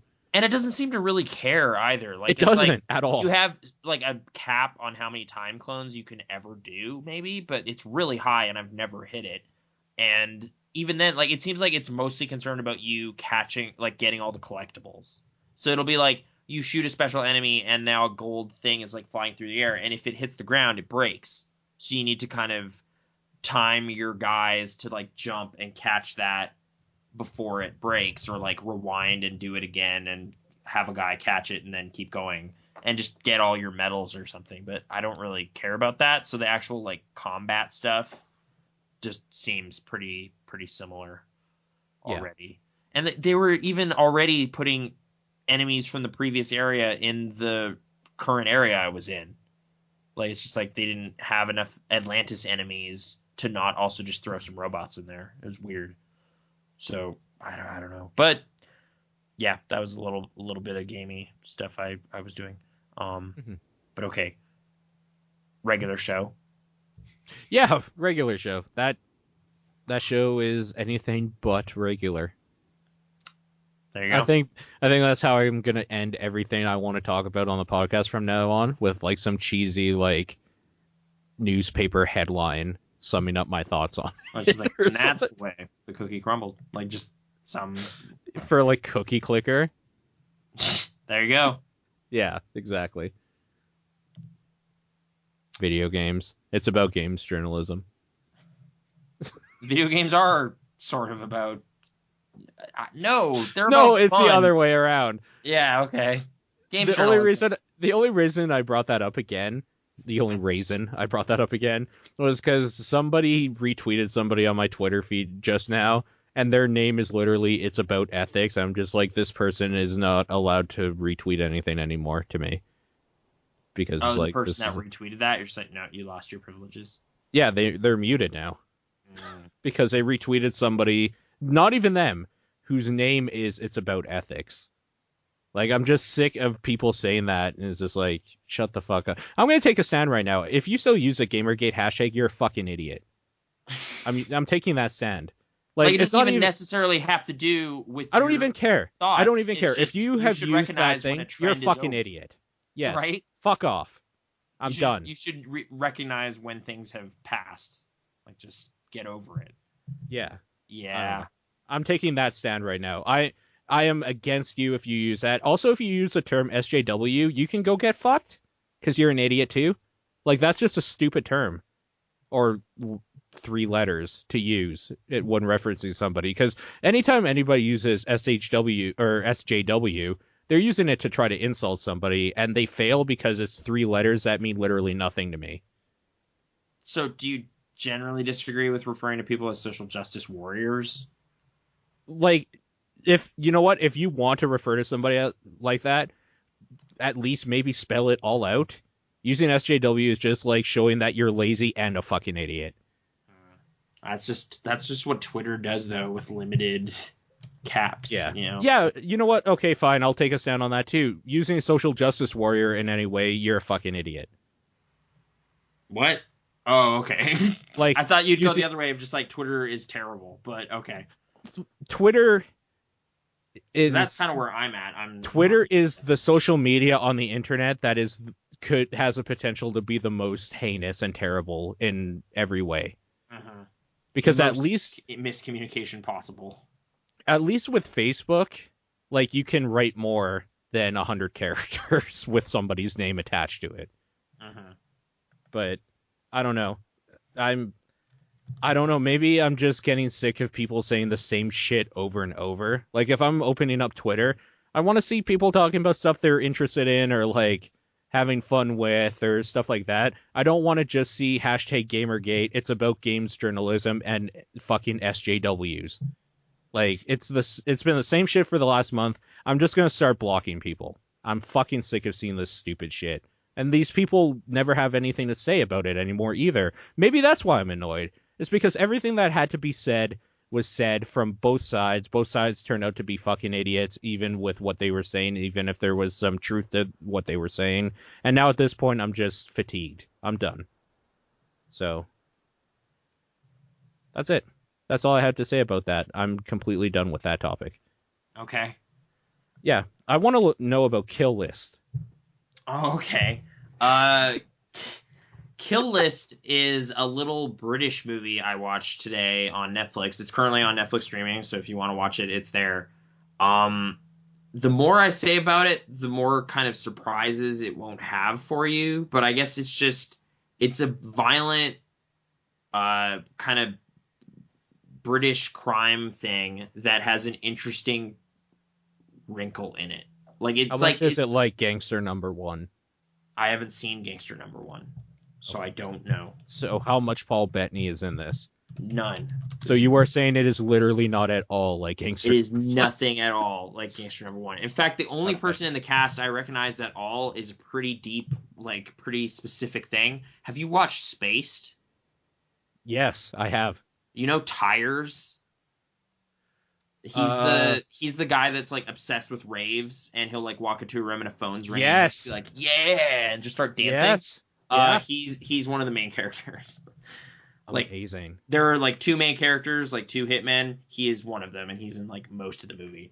I guess it's a really interesting genre blend, but I don't want to tell you which genres are being blended because that's kind of its whole thing. Okay. But it's like British crime and something surprising, and I was happy with where it went. Pretty like kind of just intense, grisly stuff. Violent though. Like I was told it was violent. Like after I watched Birdman with a friend of mine, he was just like, "Oh, you gotta check out this movie," and I didn't really know. It's just like, you know, the scene in Casino where they're smashing that dude's hand with a hammer. Mm-hmm. That it's like there's sequences that are evoking that kind of stuff of just like savage okay. hammer beatings and whatever. Like it's kind of vicious on occasion. But if you're totally fine, your stomach can handle any of that kind of gore stuff or whatever. This might be of some note. And how do you feel about Old Boy hammer beating? It wasn't as brutal because you don't see the fingers like more mashing. You know? Okay, fair. That's fair. Like it's really just like the hit. There is a and now hallway that of fingers dudes at a weird angle. Like that kind of hit was intense. But yeah, no, there's a hall of dudes and he is using a hammer and it's pretty vicious. But this you like feel the crunching more so, and it's that's kind of gross. Yeah. But yeah. Again, there's kind of like neat wrinkles on the whole kind of thing. Like as I was watching, I was like, this is a clever idea right here. This is a good combination they have figured out, and it kind of totally makes sense that this story works, and I was okay with that. Kind of dark, I guess, but it's kind of a dark little thing. So yeah, but yeah, if you have like 90 minutes, it's a Netflix thing, and I thought I was sufficiently rewarded for my time. IMDb's kind of indifferent about it, but as we discussed, they don't know shit. They're idiots there. So it is where cohesive thought goes to die. Yeah, I've actually started like more and more coming to this conclusion that an actual great movie is like about a 6.2 on IMDb. 6.3. That's actually good movies that there's a few really good actually good movies that they've given a 9 as well. I don't know. That's why it's a crapshoot. Sure. I mean, like, hey, one of my favorite movies of this year, Grand Budapest, is high rated. It's like 8 point something. Okay. But, you know, other fantastic movies. Actually, I can't even say that because I've never seen Passenger 57, but I can only presume it's great. It's at 5.8. What? Okay, why do you presume it's great? I mean, it's got Always Been on Black. There's an airplane. You know? Yeah. I mean, like, Or Under Siege 2, Dark Territory, 5.4. That movie is watchable. So... I mean, this is what I'm saying, is that, don't get me wrong, Passenger 57 is the original Air Force One, which was in itself a great movie. Mm-hmm. Yeah, so, 5 years before that. 6 years. Yeah.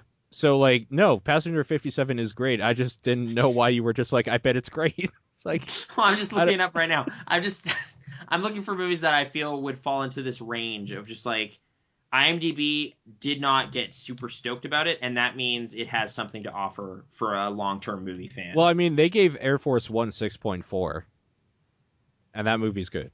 There you go, yeah. That falls What did they give Con Air? See, because Con Air is great, so it's probably less than a 7. It's a 6.8. Exactly. What did they give Face Off? That 7. Might actually be in 7. Yeah, that seems like it would... I don't know what's scarier. The fact that, like, your idea for this is, like, this is, like, a great movie, or a good movie is, like, less than 7, but there's a few that might be 7 and up that are still good. Or the fact that, like, you can pinpoint almost exactly what IMDb gave it. This has been really weird. Here's National Treasure. I gave it an 8, but I imagine it's somewhere in that 6 range because it's not. It's pretty dumb. Okay, it's 6.9. That's close. That is close to crossing into just people like it. What about The Rock? Go. The Rock's got to be higher than that. I'm thinking 7.4. That's exactly what it is. What the fuck? Are you kidding me right now? I give it a 9, but okay, 7.4. Okay, Gone in 60 Seconds. Ooh, that one's going to be a bit lower. Yeah. Oh, wait, I accidentally looked at it. So I cheated. It's 6.4. Next is probably a 5.2. It's a 6.2. You're pretty close. Wow, still. People liked it? Okay, good for them. I was entertained, but it is stupid. But that's the thing. Right. Sometimes I want a good dose of stupid in that thing. Okay, I guess Sure. what I'm saying, like, that mid-range where a movie isn't that entertaining, and I'm giving it a 6. A 6 from me doesn't mean what a 6 from IMDb means. 6s from IMDb might be an 8 or a 9 from me, because they're entertaining. Like, they're dumb, but they have something.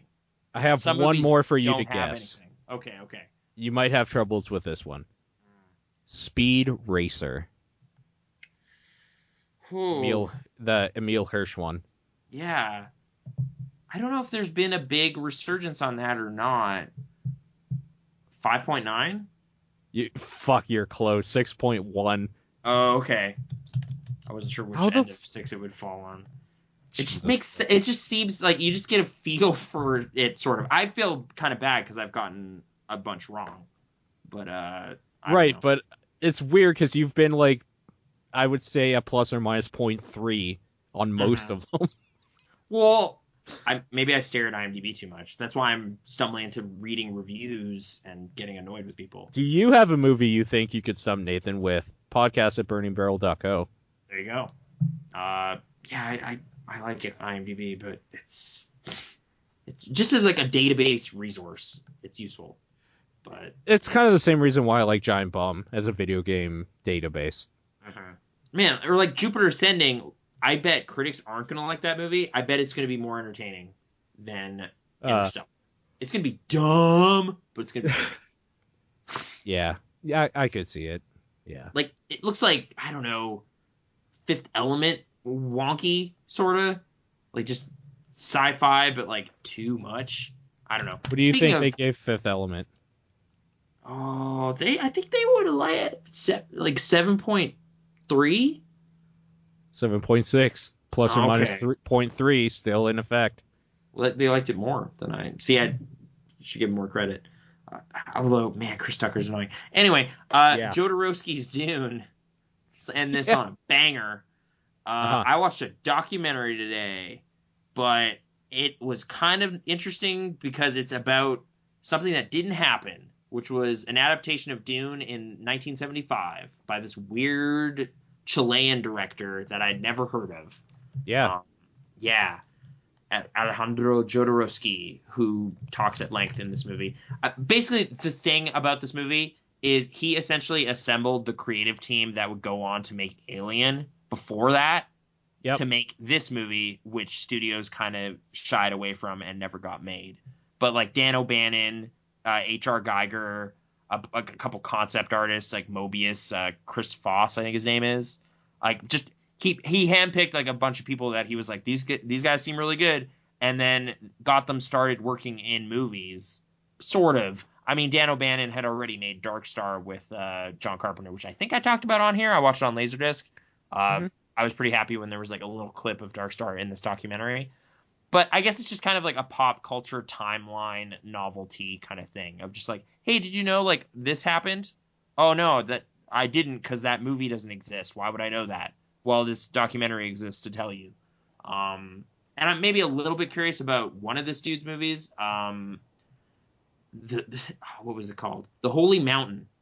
That looks like some trippy Zardoz kind of stuff. And I loved Zardoz. So, hey. And IMDb loves it, 7.8. That's some praise right there. So, I don't know. It just looked weird in the same way. And Zardoz, I know they don't like. They gave it like a 5 point something. So they're wrong. 5.8. I gave it a 10. Right. Just to let you know. That is perfection. Yeah, it's like such a specific. Do you want to watch a documentary about like a sci-fi movie that never got made, like, and just hear people talk about behind the scenes stuff about movie making? Like, not really.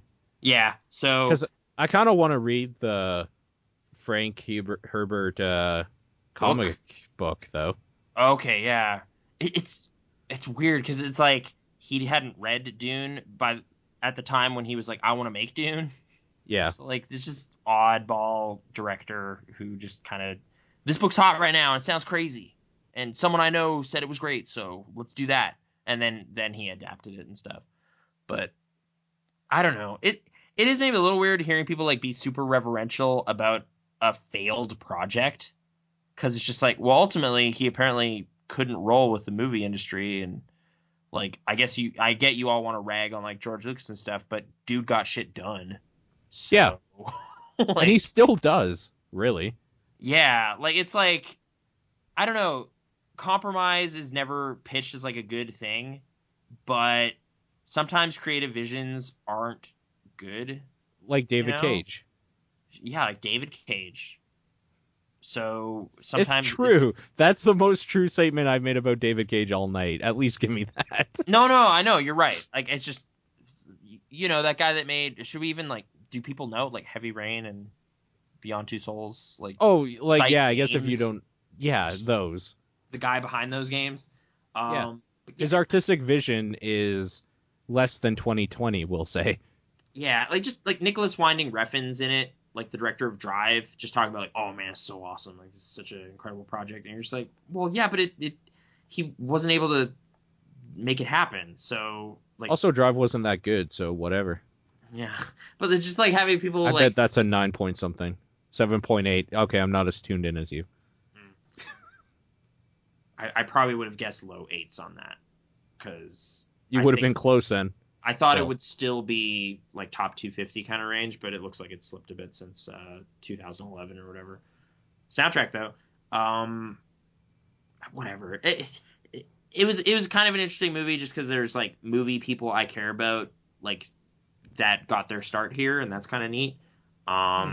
And just some totally doofy ideas this dude had of just like, yeah, I'll get Orson Welles in it, Salvador Dali, that'd be perfect. And he like actually met with him and got him to totally agree to be in it, but then the studio said no.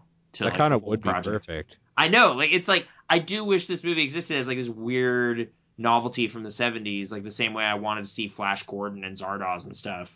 Like if this had happened, I would watch it, but it didn't. So all I have is this documentary. But at some point, like the other failed project movie I'm thinking of is Lost in La Mancha, the Terry Gilliam movie.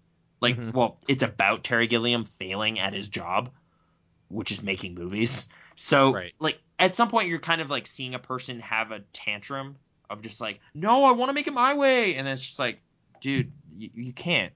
Like, we need to change some stuff. Like, this is a business. There's other people here, but it's just like, no, creative vision. Blah. And Jodorowsky carries himself way better, but this is also like a retrospective thing. I don't know what he would have been doing in the 70s when he got that phone call or whatever, but I don't know. Just creative sorts being grandiose and strange, and I don't know. Yeah. It can be grating, but kind of interesting, and I don't know. This case specifically, I was intrigued enough to watch the movie. It was like Netflix thought I would love it. It's like 5 out of 5, man. This is right up your alley. And I don't know that I felt like, oh yeah, like I don't know, I need to see it again. I kind of absorbed the information in the documentary, and it's just dudes talking and like concept art and stuff. But yeah, I unless you have like a penchant for 70s sci-fi, don't worry about it. Don't bother. Yeah. Yeah, but if you do, hey, some people do somewhere, right? Also, write in at podcast@burningbarrel.co. All your Zardoz questions and stuff. Like, I'll check it out again. Yeah. There you go. I found it really hard to get into Zardoz. It's fucking weird. That game feels like it actively doesn't want you to get it. The movie? Yes. Really? Yes. Okay. Not like the storyline or something, but it was just like... I thought they packed so much mythology in like so little time. I think that was the thing. Like it's like 105 minutes, and they just like go, and you're just like, oh jeez, okay, so there's this society, and there's guns, and then there's this other society, and they live because forever. At first the first thing is like from Go is giant floating head. It's like, okay, here we go. Talking about how the penis is evil and stuff, but the first like 2 minutes. Yeah, well, like the first thing is like this dude's face floating in space, just talking to you, and that had my attention immediately. Oh, that's right. I even forgot about that. There's a little bit of stage setting. Yeah. Oh man. Actually, you know what? Now that I'm thinking about it, that movie that's like if you went to like a stage show at the theater, that's what that movie is. Experimental theater? It is. That's exactly what it is. Yeah. I didn't even think about it that way, but yeah, no, it fits. It's like down to, like you said, the guy coming out, like the person kind of setting the scene and mood and stuff with like the curtain A light closed, on and then the him, curtain yeah. opens and there's a giant floating head. And you can't do giant floating head on stage, so pretty sweet. Right. Huh. Yeah, I dug that movie. But anyway. Yeah. Okay. Should we Anything move else? on to should we finish off voicemails so. and that stuff?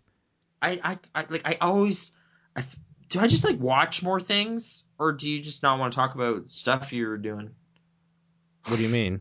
I don't know. It's like regular show and like what else was there? Well, I've been working for 7 days straight. Oh yeah. Wait. Well, and then I had the 2 days weekend. off. Yeah. I had 2 days, which I did like stuff to catch up, and then this is my work week again, right? Oh. So like basically what I did was watch stuff at work, which was mostly regular show. Most that okay. That leads to perfectly like that time slot. I have anywhere between half an hour to 2 hours of nothing. Let's split this up into episodes or something. All right. I guess yeah. Specifically on Tuesday nights, it's like, oh, you're just finishing up like a stretch, kind of. So you couldn't have been seeing this weekend's movies, but now you can. So next week, we'll talk about Interstellar. I'm definitely gonna be. I definitely want to see Interstellar. I want to see Nightcrawler and John Wick as well. Okay. But it is very much more likely Interstellar will be seen if I have to see one. Okay. Just because it's the Nolan film. Like, it's the one I've been waiting for. So I need to see what it's all about. Okay. Yeah. But other than that, let's go to not emails, voicemails, and Twitter questions. Okay. On Twitter, I mean, people have just been asking me at Exposure, EXFAUXSURE. You can ask, like, a Burning Barrel on Twitter. That's the Twitter for it, because Burning Barrel was stolen.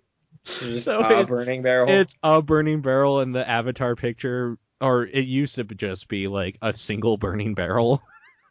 But now it's, like, that new podcast logo that's on iTunes and stuff, so... Okay, let's get started. Here we go.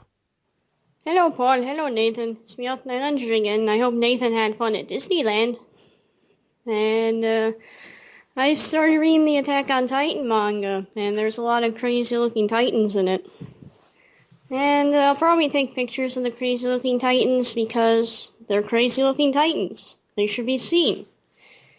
Oh, and, from the book? I don't know if the titans count as specific spoilers.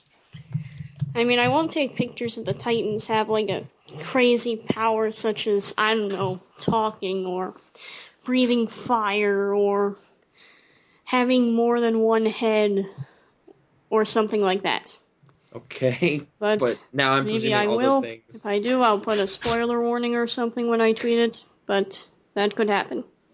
Okay. Anyways, what's your opinion on spoilers, guys?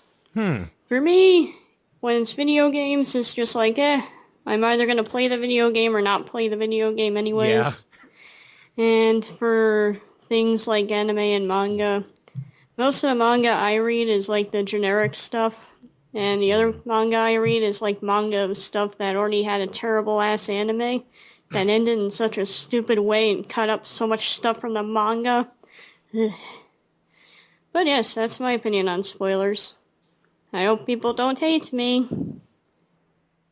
Okay.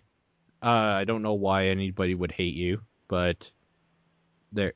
Okay. Anyways, I'm the same. So the last episode we did, we were playing Evil Within and like talking about it, and there was one voicemail specifically where it was from I Am 3D Homer, where he was saying I just found out like the ending and started laughing about it, and he was saying like, I don't want to ruin it for you. And I was like, please don't. That's because I was literally like the next day going to play that game. So like if I'm in the middle of like, yeah, I'm going to do this like right away sort of thing, I don't like spoilers.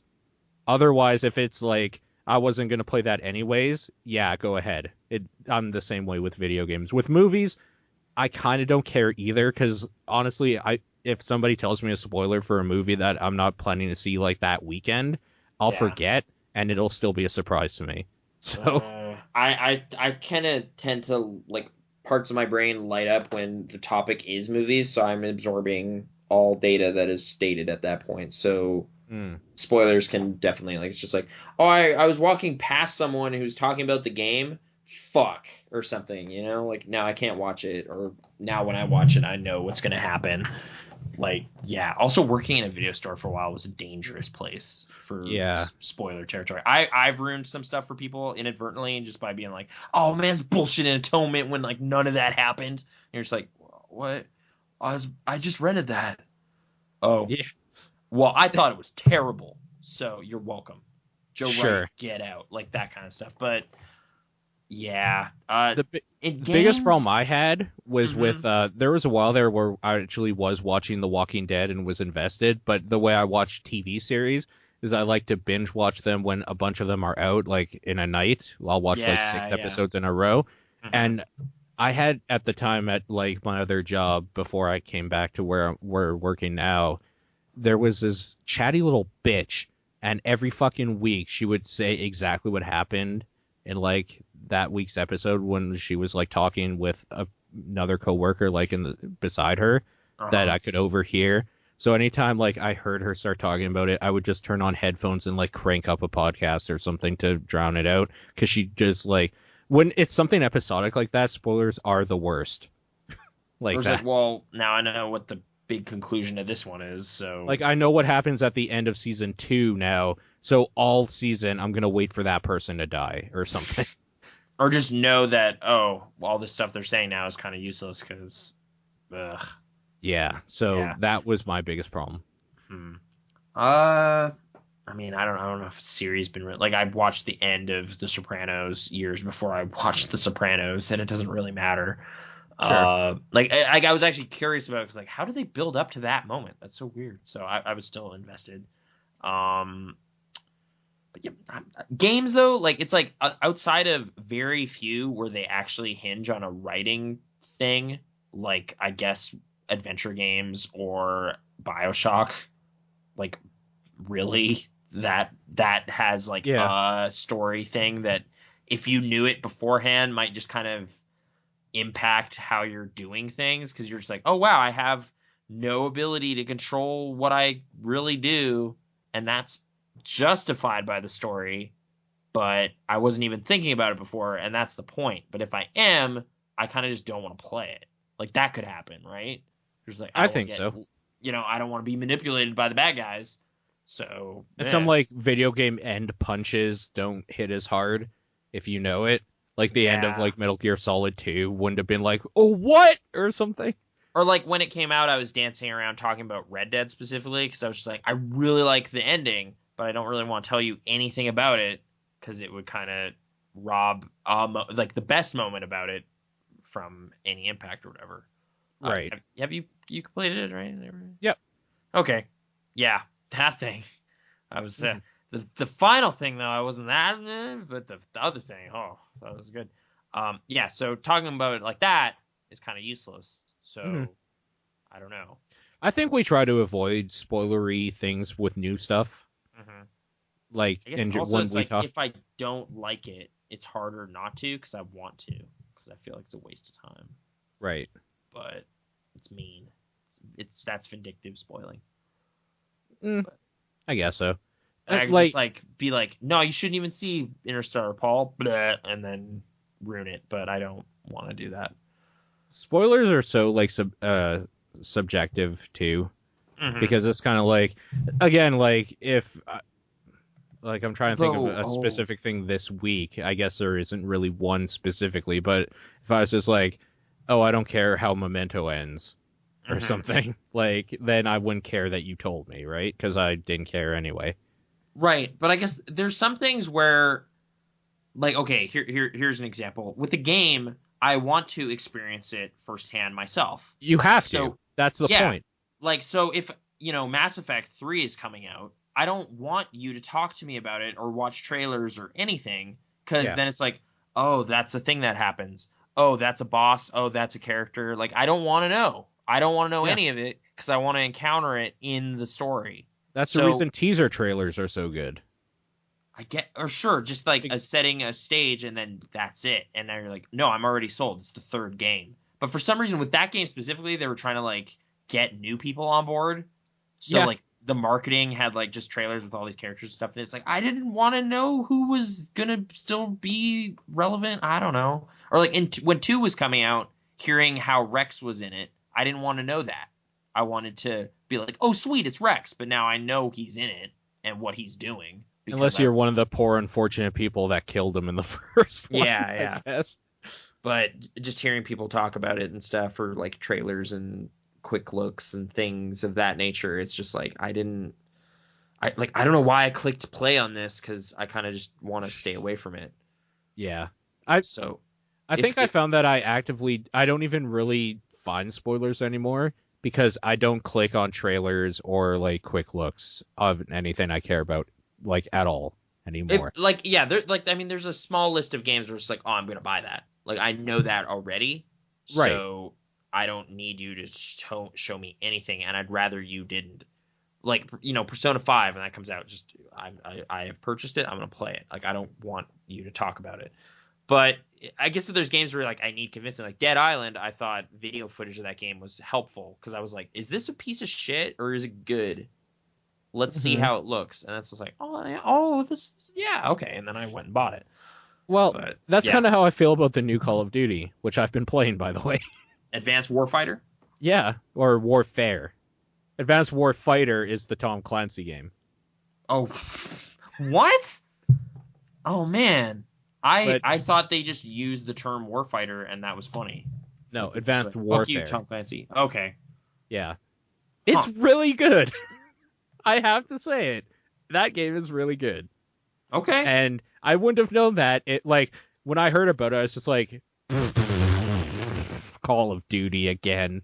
And then I saw a little bit of footage of it. I'm like, dude, this moves like Halo or something. Like, it moves fast, and it's it's scientific, it's sci-fi based, and you have weird exoskeleton suits, and you move around like Crysis kind of as well. I don't know. It's really good, because it's not at all a Call of Duty game I would expect at all. It's basically like a Crysis game. Okay. So, yeah, no, I was pleasantly surprised. And that's one of the things that, I needed someone to spoil that surprise, because otherwise I wouldn't have tried it at all. So, maybe spoilers in some ways are good.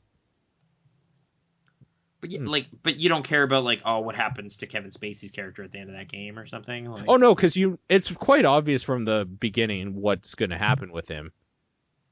Okay. He's evil corporate guy. Yeah, okay. Right from the beginning. Okay. So he's going to catch a hot one at some point? Blat. Well, it was funny because I was playing it. I was actually streaming it when I was playing it. And I was just like, oh, there's Kevin Spacey. And then where you're chit-chatting or whatever, I'm like, how much do you want to bet that I'm gonna find something out that Kevin Spacey is actually a bad dude, and then I'm gonna be on the other side of this war? And sure enough, in that chapter, as I said it happened. But that doesn't hurt the fact that you're well, I get to do that. I'm in the action movie, so whatever. And it still does the stupid action stuff. The beginning of the game is you get dropped in Seoul, Korea, as there's a giant war going out, and you're flying through the sky down into the city in this pod, and there's gunfire, and the city's coming up fast on you, and there's all that shit. It's still a Call of Duty action movie game, but with sci-fi components. You can jump and hover better, you can do little darts, strafing to dodge fire. You have smart grenades that you can control how they fly in the air to their target, all that sort of stuff. You have grenades that will light up an area to all the enemies, like a threat grenade. You have EMP grenades to take out drones. It's a sci-fi shooter now, and it's fantastic at that. Because it was the next level up. You can't just keep doing Modern Warfare dumb this is realistic but not really sort of thing, and keep it fresh. You just gotta kind of go Michael Bay with it at some point, and they did with K-Pax. Actually, yep. I played through Ghosts. It was an easy playthrough. It's just stuff explodes and things happen, and It's the same thing. I think I put it on easy. I was just like, I just want to blow up stuff and play it.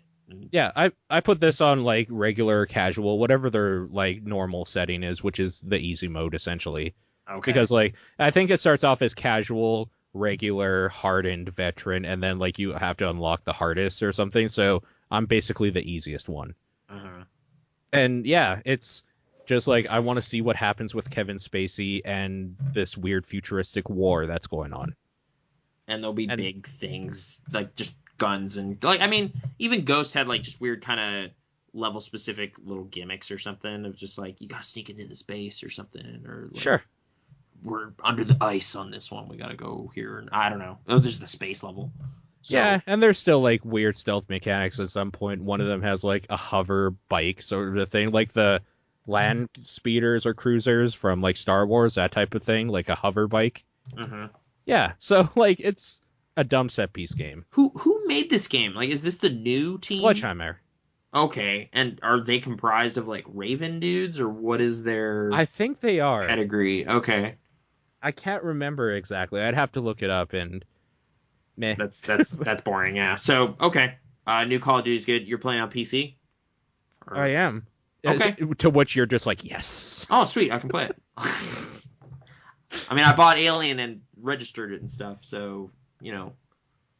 I will say I will say this new Call of Duty isn't one of the games that you would be like, I'm gonna buy this to support it. It's just one of the like, I'm gonna play this Michael Bay game and have fun for the 4 hours and then move on with my life. Yeah, and you're not into the multiplayer side of it either. Oh, I've been playing the multiplayer as well. Okay, how's that? It's still Call of Duty multiplayer, which is addictive. Mm-hmm. Like it's that carrot on the stick thing, but that carrot is huge and that stick is short now. So It's just like I got like one lucky kill and it's just like I got 5 perk achievements instantly. It's just like boom, boom, boom, boom, because it was like I killed that guy's kill streak or whatever. He killed me previously, so I got a revenge thing. I also killed him because he was, or like in another special random thing, and it just made me feel really good, so I kept playing. Like, so that carrot on the stick is still there. It also has a survival mode thing, which is pretty fun because it's basically like zombies, only you're not doing the Call of Duty zombies. It's like people trying to kill you, like soldiers or whatever, and you're fighting them off with a group. And you can upgrade your suit for different abilities and like upgrade your guns and stuff. So it's fun. It's a wave-based thing, which is always, it's like Killing Floor almost without zombies, but like people with guns. I don't know. I'm having a really good time with it, and I didn't think I'd be saying that about a Call of Duty for a long time. So, yeah. 7 years after Modern Warfare, still works, I guess. I don't know. You just have to put advanced in place of modern. What year is it? Like 2030 or something? Like yeah, something like that. Yeah, I guess the next one will probably be like Future Warfare, right? I mean, it'd just be like lasers or something. Oh, just call it that now instead of. I mean, you got super advanced suit and you're in space and whatever stuff that's been happening, but So is there a sequel to Ghosts coming up then? Like, what is the trajectory of the other stuff? Black Ops 3? Is that a thing? I don't know. Because, like, Treyarch's still a thing, and Infinity Ward sort of exists, right? Do you think they could get away with the Black Ops 3? I thought 2 wasn't well received very much, because even the multiplayer wasn't that good. Oh, I don't know. I don't either. I never played the multiplayer of 2. I was under the impression like Black Ops 2 sold just fine and whatnot, but I'm sure it did, yeah. Did this one do like set records and all that stuff yet again, or no? Because I knew it was coming out. Like we were, watching TV and stuff at the time. It's just like, oh, there's like trailers and stuff every couple seconds. Chris Hardwick was talking about it all the time on his show at midnight, which we watched, I guess. Oh, okay. Yeah, it's like a game show talk show with comedians. I don't know how it's done sale-wise, to be completely honest with you. But I will say one thing. this game has actually raised the bar on how these games should play. Mm-hmm. Like the way that Modern Warfare, like Call of Duty 4, the first Modern Warfare did from 3 and the previous ones. How it's just like, no, this is how the game should feel now, and they kind of iterated and made that feel smoother as they went along. This is the new jump for them. Because like the movement feels good, the double jumping and like slight gliding and stuff you can do in multiplayer opens the maps up completely to not only having to be like kind of horizontal, but there's vertical aspects and things you can hide behind that way as well, and you can sneak up on people easier. Like, this is the new revolutionary thing that if the next game doesn't feel as good, it's gonna flop. So that in itself is kind of cool, because for the longest time they've just been kind of riding on the coattails of Call of Duty 4, Modern Warfare felt good. We will just tighten that up more and more as we go. This was the next jump to like, this feels good again. Now they're going to have to just continue with this or like do another jump if they are so inclined, I guess. Which they won't be, because they'll just want to get money out of the engine they created for it or whatever they did. But yeah. Okay. Any other noteworthy voice actors in it? Like, everyone talks about Kevin Spacey, but they've gotten decently big talent before. Nah, I'm just wondering about that. Like, oh, hey, Troy Baker. I've heard of that guy. Have you? I don't know who that is. What? He's Mr. Video Games. He's Video? hi. I'm Joel from that game, and also Booker from that game, and also Joker from that other game. Like, he had that big year, you know? Oh, right. Sorry, when, like, Joel from that game, I didn't like Joel, Booker, meh. But, like, okay. I do, the name that when you were just like Joker, it's like, oh, yeah, that's right, because they replaced the good Joker. And he was the one that came in that actually held the mantle up pretty decently, I will say. So, sure. Okay, yeah. I like him then. He's fine. Yeah, I'm just seeing voice actory people. Like, Alan Tudyk, additional voices. What? Okay. He's probably just one of the guys that says, like, oorah, or we're 3 mics out, or something. They still talk like a Call of Duty game. Oscar Mike, even? I don't think they've said Oscar Mike yet. I've been waiting for it. The closest we've gotten is we're a mic out or 2 mics out. Okay. Yes. Which is weird, because if you think about it, Mike just means M. So it's like, are we 2 miles out or 2 meters out? No, it's 2 meters. It's right on the other side of that door. Oh, okay. Why did you tell me that? Yeah. Right. But the thing is, I think in that game, it actually was 2 meters because I only ran to the end of a planter. And yeah, that's when the next cutscene cut in. Great. Yeah, so I don't know. It's weird. Anyways, that game's fine. We should keep moving on with voicemails. Here we go. All right, here we go. That was a voicemail tangent. Yeah. Oh, here it is. Hey, Paul. Hey, Nate. So a couple weeks or even a month back, we were seeing Onimetsu and Pander searching far and wide for a 4th member for their 100% Orange Juice games. So back then I'm messaging Pander a bunch on Skype talking about problems in my brain and shit. And next thing I know, I am in a Skype call with Oni, Pander, and her fiance playing 100% Orange Juice. Turns out I'm the 4th member. I thought it would be a lot worse than it actually was because my computer kind of sucks. And when I think dice rolls and board game, I think Mario Party. Totally not that bad, and my computer can sort of manage. I'm not going to go into details to why it sucks, because I've explained it numerous times already, so just take my word on it that it sucks. My question is, what are some games you expected to be unenjoyable or had very little expectation of, but you were pleasantly surprised by how enjoyable they are? Also, how about the opposite? Games you thought would be good, but were total garbage or you just didn't like them. For me, it's Kid Icarus Uprising. That's one of the main ones, at least. I was expecting it to be so good, but I could never get into the controls. I've tried several times to get used to the controls, but I just can't do it. It reminds me of everything I didn't like about Star Fox Command, which really isn't a coincidence. I'll see you later. Okay, I have to pose a question back to you quickly, Marshmallow. You can just tweet me the answer. What? Oh my god, I just lost it. Holy shit. Like, as I was about to say it. Like, what's wrong with 100% orange juice? This looks rad. No, I'm just joking. He said he doesn't want to explain that again.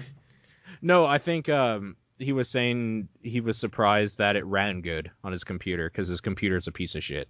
Oh, okay. But no, what the fuck was he just talking about? Like, what made you think Kid Icarus Uprising was going to be really great? Like, I'm just curious because critics generally liked it in Nintendo, right? But I guess, but it's just I don't know. I liked the first Kid Icarus, but like when I saw trailers and stuff for Uprising, I was like, that looks like it could be fun, but I didn't think it looked like it would be fantastic or anything. Mm-hmm. So, I'm just curious as to what made him personally think like it would be great. But yeah, you can answer me on thing. Game that I wasn't expecting to like, but I've been having a lot of fun with, was just talking about it. Call of Duty Advanced Warfare. Okay. Yeah. Man, I just feel like a broken record of just like Deadly Premonition, ones I didn't like, that I was really excited for, Brutal Legend. I don't know if you guys have heard this from me.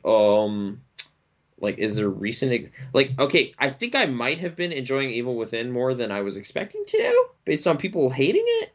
I'm the opposite. I was expecting to just fall head over heels in love with it because of the people behind it. Yeah. And it didn't meet that expectation at all. So how about that hair monster, though? The hair monster? Well, it's just that screaming multi-limbed thing. I thought it was awful. It was just like...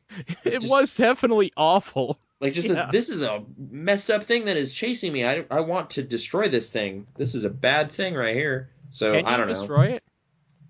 Like, way later, there's a boss battle. But yeah, but, like, not that at that moment. Not at that point, no. My initial, like, reaction when it emerged was just like, all right, I gotta shoot this thing. And it was like, no, you fucked up, dude. You gotta run. It's like, yeah, okay. Okay. Like, it was making loud, awful sounds, but... I don't think I even had a whole lot of ammo, so I didn't even bother trying to fight it. Kind of sucks, because it's in a room where there's, like, a locker and some stuff you can pick up, but I guess you're just supposed to jump in there, grab that stuff, and book it out of there. So, yeah. So, maybe that game is, like, a recent one. Okay. But, like, yeah, it's stuff, like, I have low expectations or no expectations and then get really excited about. Like, I'm not... blind playing stuff that often. I'm just like, I have no idea what this is. Let's give it a shot. Right. But like Alien worked out okay so far too. Like, and especially, I guess like all the Alien games that have come before it being kind of meh at best. It's like that was a pleasant surprise at how they did it. And I guess maybe again on the flip side, with how much people were saying it looked great, and even my own expectations of just like, oh, I love Monolith and all this, I just wasn't getting into Shadows of Mordor. So that was kind of I want to enjoy this, but I'm just not. But like, I know the guys who made this, like, that they do good job. They do good work. Like, when I was watching footage of this earlier, I was like, oh, it looks kind of like Assassin's Creed, but with like, you know, it's got mercenary stuff in it with like the cards and like, but then I don't know. I just wasn't getting into it at the time. I'll put that on the virtual shelf for a while and try it again later, but I just did not want to kill orcs when that's all it was asking me to do. Like, actually, like, maybe that's the thing. I've been reminded of just like YouTube trailers and shit. It's just like, oh yeah, Dragon Age Inquisition's coming out. Like, I'm kind of into fantasy stuff right now because I'm reading those Rothfuss books. Did we talk about that? The Rothfuss books. That was off air, the book specifically. Right. But we have talked about you thinking about trying Dragon Age out again. Well, King Killer Chronicles stuff. Point is, I'm kind of like, okay, like if there's like a rich fantasy game that's well made for me to just get into, I might be up for that now. Like, I tried going back to Amalur, but I was just like, forgot where I was in that story, and it was just like, fight all these weird spiders or something. I was like, I don't want to play this right now. I also set it to hard mode. Amalur is very much an MMO though. Like, mechanically, if you're not into like the whole MMO style, that game's hard to break into for anything else. I'd never found the story too compelling either. And I mean, I'm a guy who likes MMOs, and I couldn't get into it, so I don't blame anybody for saying that. Like, I wanted to like it. Yeah, I was trying to get... So, like, if Inquisition is of note, I don't know. Like, are you going to check it out? Are you interested? 100%. First day. Okay. I am in Dragon Age. Like, I've read the books and everything. I'm in there. Okay. Whereas, like, I've failed playing Origins like a couple times of just like, Oh, I've played through Origins like 3 times. okay. Whereas I stalled out on that game a couple times. So I'm wondering That's how much totally fair. they welcome you in on this one or not. But I'll tell you what the problem with Origins is. And Yeah. maybe like this is different because you're reading the high fantasy books and you're enjoying it and you're kind of in that mind space right now. Yeah. You have to be in that mind space. You have to like when you're reading the lore and like the stuff in it, the codexes and that whole sort of thing, you have to just kind of like remember the names of people and like who they are, what they do and stuff for the story to have impact. It's like, oh shit, but he's like the Duke. He can't do that shit. And like Yeah. you have to nerd out in a point where they like the names of these people in this universe mean something in like a profound way. Otherwise that story for the Dragon Age stuff doesn't connect with you at all, and it's totally understandable. Okay. Because yeah, I got into that with Mass Effect, their other franchise. Exactly. Like knowing all the characters by name, caring about what they're doing, and yeah, with this I was just kind of maybe because your central character is just silent, wasn't helping me. I'm just like, there's no personality to the central person you are, so you're just kind of there. Like, well, it's weird because the weird thing is that with Mass Effect, your personality is there, but it's also them because there's voice actors for them. Yeah. Like, your personality is there with your Dragon Age avatar. It's just that you kind of have to read your dialogue in your mind as, like, how your character sounds, because there's no voice acting for each race and character and stuff. So it's very much like, as you're saying a dialogue option on there, you're reading it in your head as your character, and that's what gives it life. So there's a weird disconnect there as well. Do you know how they handled that in this new one? Like, are you going to be I'm not sure how they handle it with, like, the main character, but, like, there is voice acting for the other people and, like, all that sort of stuff again. Yeah, like Freddie Prinze Jr., so... Really? Yeah, he's Iron Bull, apparently. Okay. BioWare must like him. So. There you go. Yeah, I don't know. Dude, Dragon Age. I'm so fucking stoked. Is that really soon? Like, is that this month? That is next week. Okay, because I was at EB today, I was at the mall anyway, and I was like, oh, I'll check for DS games or something. I was like, why is there this big line? What are people doing? It's like, oh, Assassin's Creed's out today. Like, oh, okay. Is it? Yeah, Unity came out today. Oh. And Rogue or whatever. But I was just like, I don't care about that. I'm going to pick up Bowser's Inside Story. Wait, what's Rogue? It's the last gen one. So there's 2 games that are their own campaigns that came out today. Oh, wait. Is this called Assassin's Creed Rogue? Yeah, Assassin's Creed Rogue. Oh, because I was going to say, did they remake Rogue? I didn't know it was an Assassin's Creed game. No, okay. Sorry, yeah. Assassin's Creed Rogue also came out today, and it is another game, I guess. Which okay. Yeah. Well, congratulations, Assassin's Creed people. You did it. Today's your day. You ship 2 games, like, annually. Oh, okay. This is the thing that's kind of irking me a little bit, too. Mm-hmm. Like, Assassin's Creed has had more games than Call of Duty, even. And yet Call of Duty's the one that people are just like, it's the same game every time. Like, it's the scapegoat everyone is okay ragging on for this, like, yeah, god damn it. What is it? The reason they both launched in 2007, right? Or 6? The reason I'm getting annoyed by it, too, is because I was saying, like, I'm going to play more, like, Advanced Warfare tonight or something, to some friends I was playing Arma 3 with, and they just basically called me a faggot. It's just like, you have no, like, yeah, have fun just hating on something you haven't played, you losers. Like, what were they playing?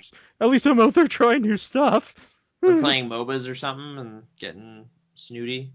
I don't know what they're playing, honestly. Okay. Like Nintendo games, Wind Waker, I guess, again. Nah. I don't know. No, like, seriously, one of them is actually playing Wind Waker again, the HD version. So, I don't know. Like, talk about iterative. I guess that's what I'll say. I guess, but there's less in general. I don't know. Oh, for Legend of Zelda, there's less games. Yeah, it's like 25 years and like 20 games. Well, and but including like they're portable and they're different feels for like the different types of games too. They're not all just the 3D versions. No, but like that's why I was saying like Assassin's Creed came out with 2 games just today even, and like and those games will play very similarly, most likely. Just keep doing the cool thing and hate on games you haven't played, guys. You're real cool. Everybody thinks so. Go tell Twitter. Man, I still haven't tried Watch Dogs, and that was supposed to be like the big change for Ubisoft open world stuff. And people kind of, I think so, right? Like I was under impression it's like this is their like future thing. Like this is. Well, they're not still an Ubisoft open world thing. Dead, but... Well, it's still the same thing. It's just like it's their version of Grand Theft Auto, essentially. Okay. So I don't know. I've been seeing a lot of trailers for that too, because Grand Theft Auto 5 is coming out again. First person mode on PC. Oh shit. Yeah, I'm not gonna buy it probably for PC. What? So Why? I'm probably not. Because I own it on a console already, and I didn't even play it then. Oh, you didn't even play it then. Whereas I totally played all of it. Right, I know. So like for you saying like I'm gonna buy it on a PC, that makes sense to me. Yeah, that was that Game of the Year 2013. I said that on television. Anyway, that's right. Like it's so true. This is the greatest. So. Oh, anyways, and another thing, like if we're talking nostalgia things, a game I thought was better than it actually was when I tried to replay it, but couldn't get past the shitty controls was Killer 7. Yeah, me too. That game has terrible controls. It's my god. I played it in 05 and was like, this is really weird and interesting. I like this. And then I was like fond remembering, and then I was like, yeah, I'm gonna do like a pseudo marathon. This is unplayable. That game is literally unplayable. Like, I'm sorry, it's a bad game because I cannot play it. Yeah, like I was admiring looking at it, like the pause menu and stuff. And maybe I'll watch it. I'll watch a Let's Player do it or something. Maybe that got stuck in the 2000s. There's like a silent Let's Play, and you just watch the game be successfully beaten. Yeah, maybe I'll do that. We should keep moving. Next voicemail. Here we go. Hey Paul, hey Nate. My question is, have you ever been afraid of game characters, and if so, what were they? I have two memorable characters I was scared of. So when I was younger, I was scared of Charging Chuck. He's a fucking football player, and after I jumped on him once and it didn't do much of anything, I was too afraid to try and do it again, or 2 more times. So when I saw him, I tried to get as far away as possible from that Brian Urlacher wannabe as fast as I could. It's kind of funny when I see him now in Super Mario 3D World, because I'm just like, this is what I was afraid of? It's just so silly. I can only imagine how afraid I would have been of those masks from Mario 2 if I had played it. Another character I was afraid of was the Re-Deads. Once I saw them, I stopped playing that game for quite a while, unfortunately, because every time I turned it on, I would have to see one of those corpse-looking motherfuckers and possibly be grabbed by them. Plus, there were those Re-Deads in that tomb that were unkillable until you got it to the end of it, and I don't think at that point I had cleared it because it was optional. I overcame my fear of Re-Deads when I beat the shit out of them in Melee. That's my question in the story, so I'll see you later. Oh man, those masks in Mario 2, when you pick up the key. Oh, yeah. Like every time, even after like being pretty comfortable with that game, it's just like, oh shit, okay. Like you're just kind of like readying yourself to grab the key and like go for it. Like it's cool that they make you picking up something part of the trigger. But yeah. Those always got me. I'm just gonna stick with the mask thing right now for a second. Binding of Isaac, the Masks of Infamy. Holy shit, I fucking hate those things because they're invulnerable and they have like a heart component that's separate. So like you have to shoot the heart, which is usually in a hard to reach place, and they're just kind of, if like you're in line of sight for them, they'll charge you, and it's just the worst. I fucking hate those rooms. Man, Rebirth is free on PlayStation Plus for Vita, so I have that, but I haven't tried it. Rebirth is the most fantastic. Okay. It's really good. I like the weird NFL reference, too, that you made just in there. For what? The Trojan Chucks. Yeah. Where he's just like, those Brian Urlacher motherfuckers. Anyways. Okay, yeah, so... I guess also Mario, they have scary enemies, dude. I don't know. There are that thing that you were talking about in Evil Within came to mind right away. Yeah. The alien in Alien Isolation is Yeah. I mean, it's kinda weird though. scary. It's like with repeated deaths though, they just become annoying. Like Yes, that's they with every horror lose game though. an edge at some point where you're just like, this thing, come on, this is just I'll annoying. give you the ultimate one right now though. The regenerators.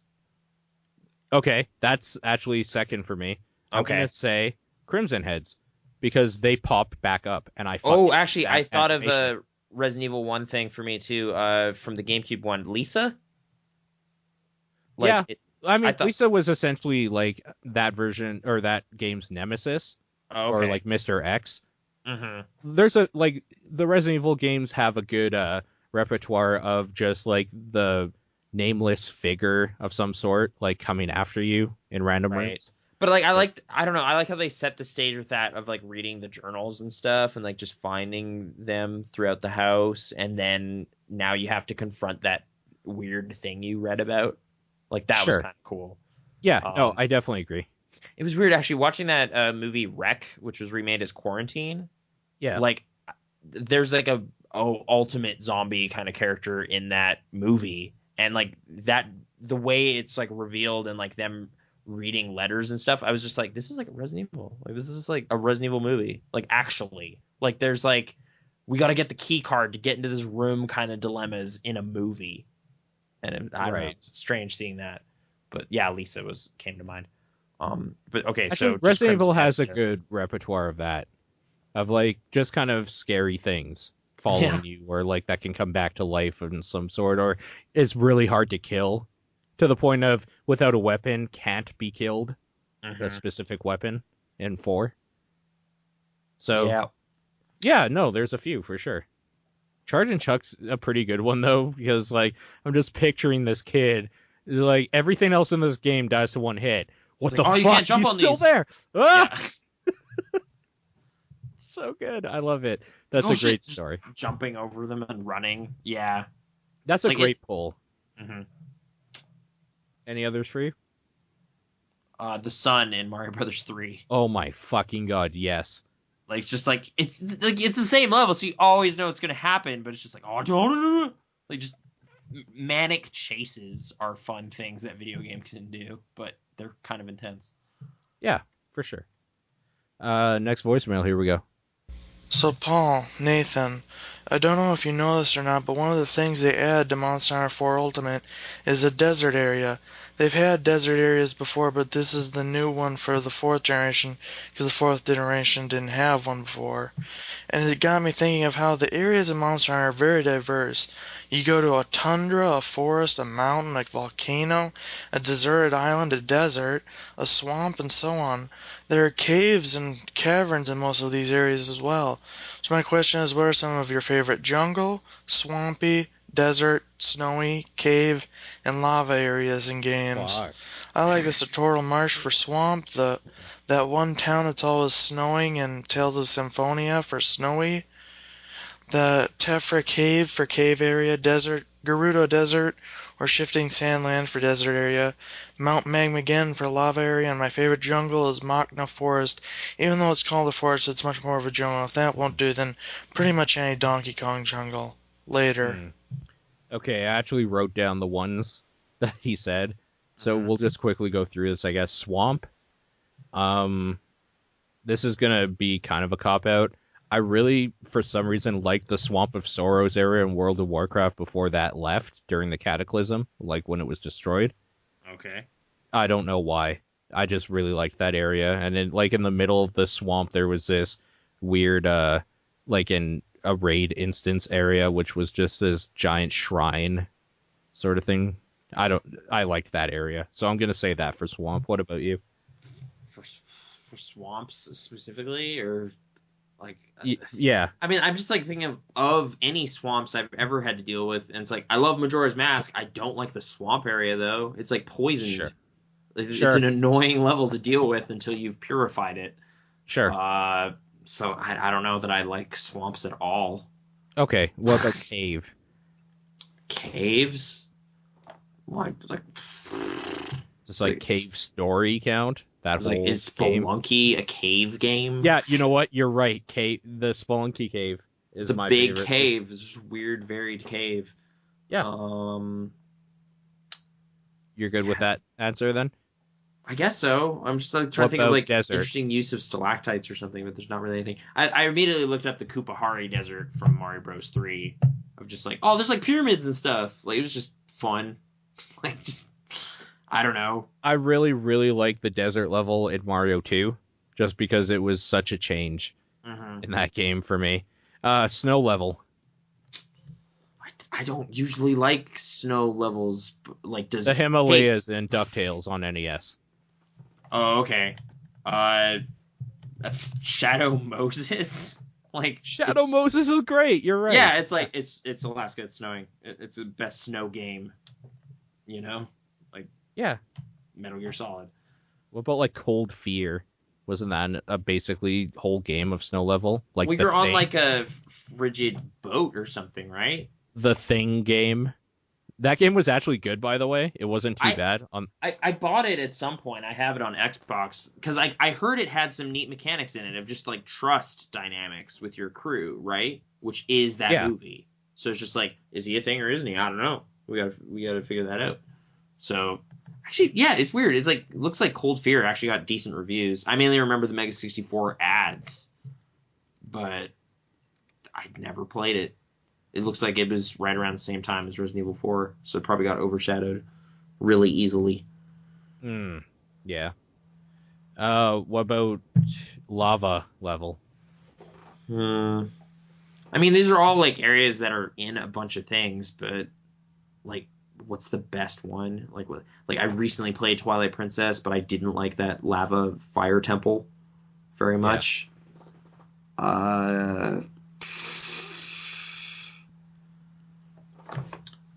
Just thinking of Mario stuff, dude. There's lava everywhere. Yeah, like, I don't know. I like it's that weird. one level in Mario Brothers 3 where you're on the ships in like World 8 and you can swim in it.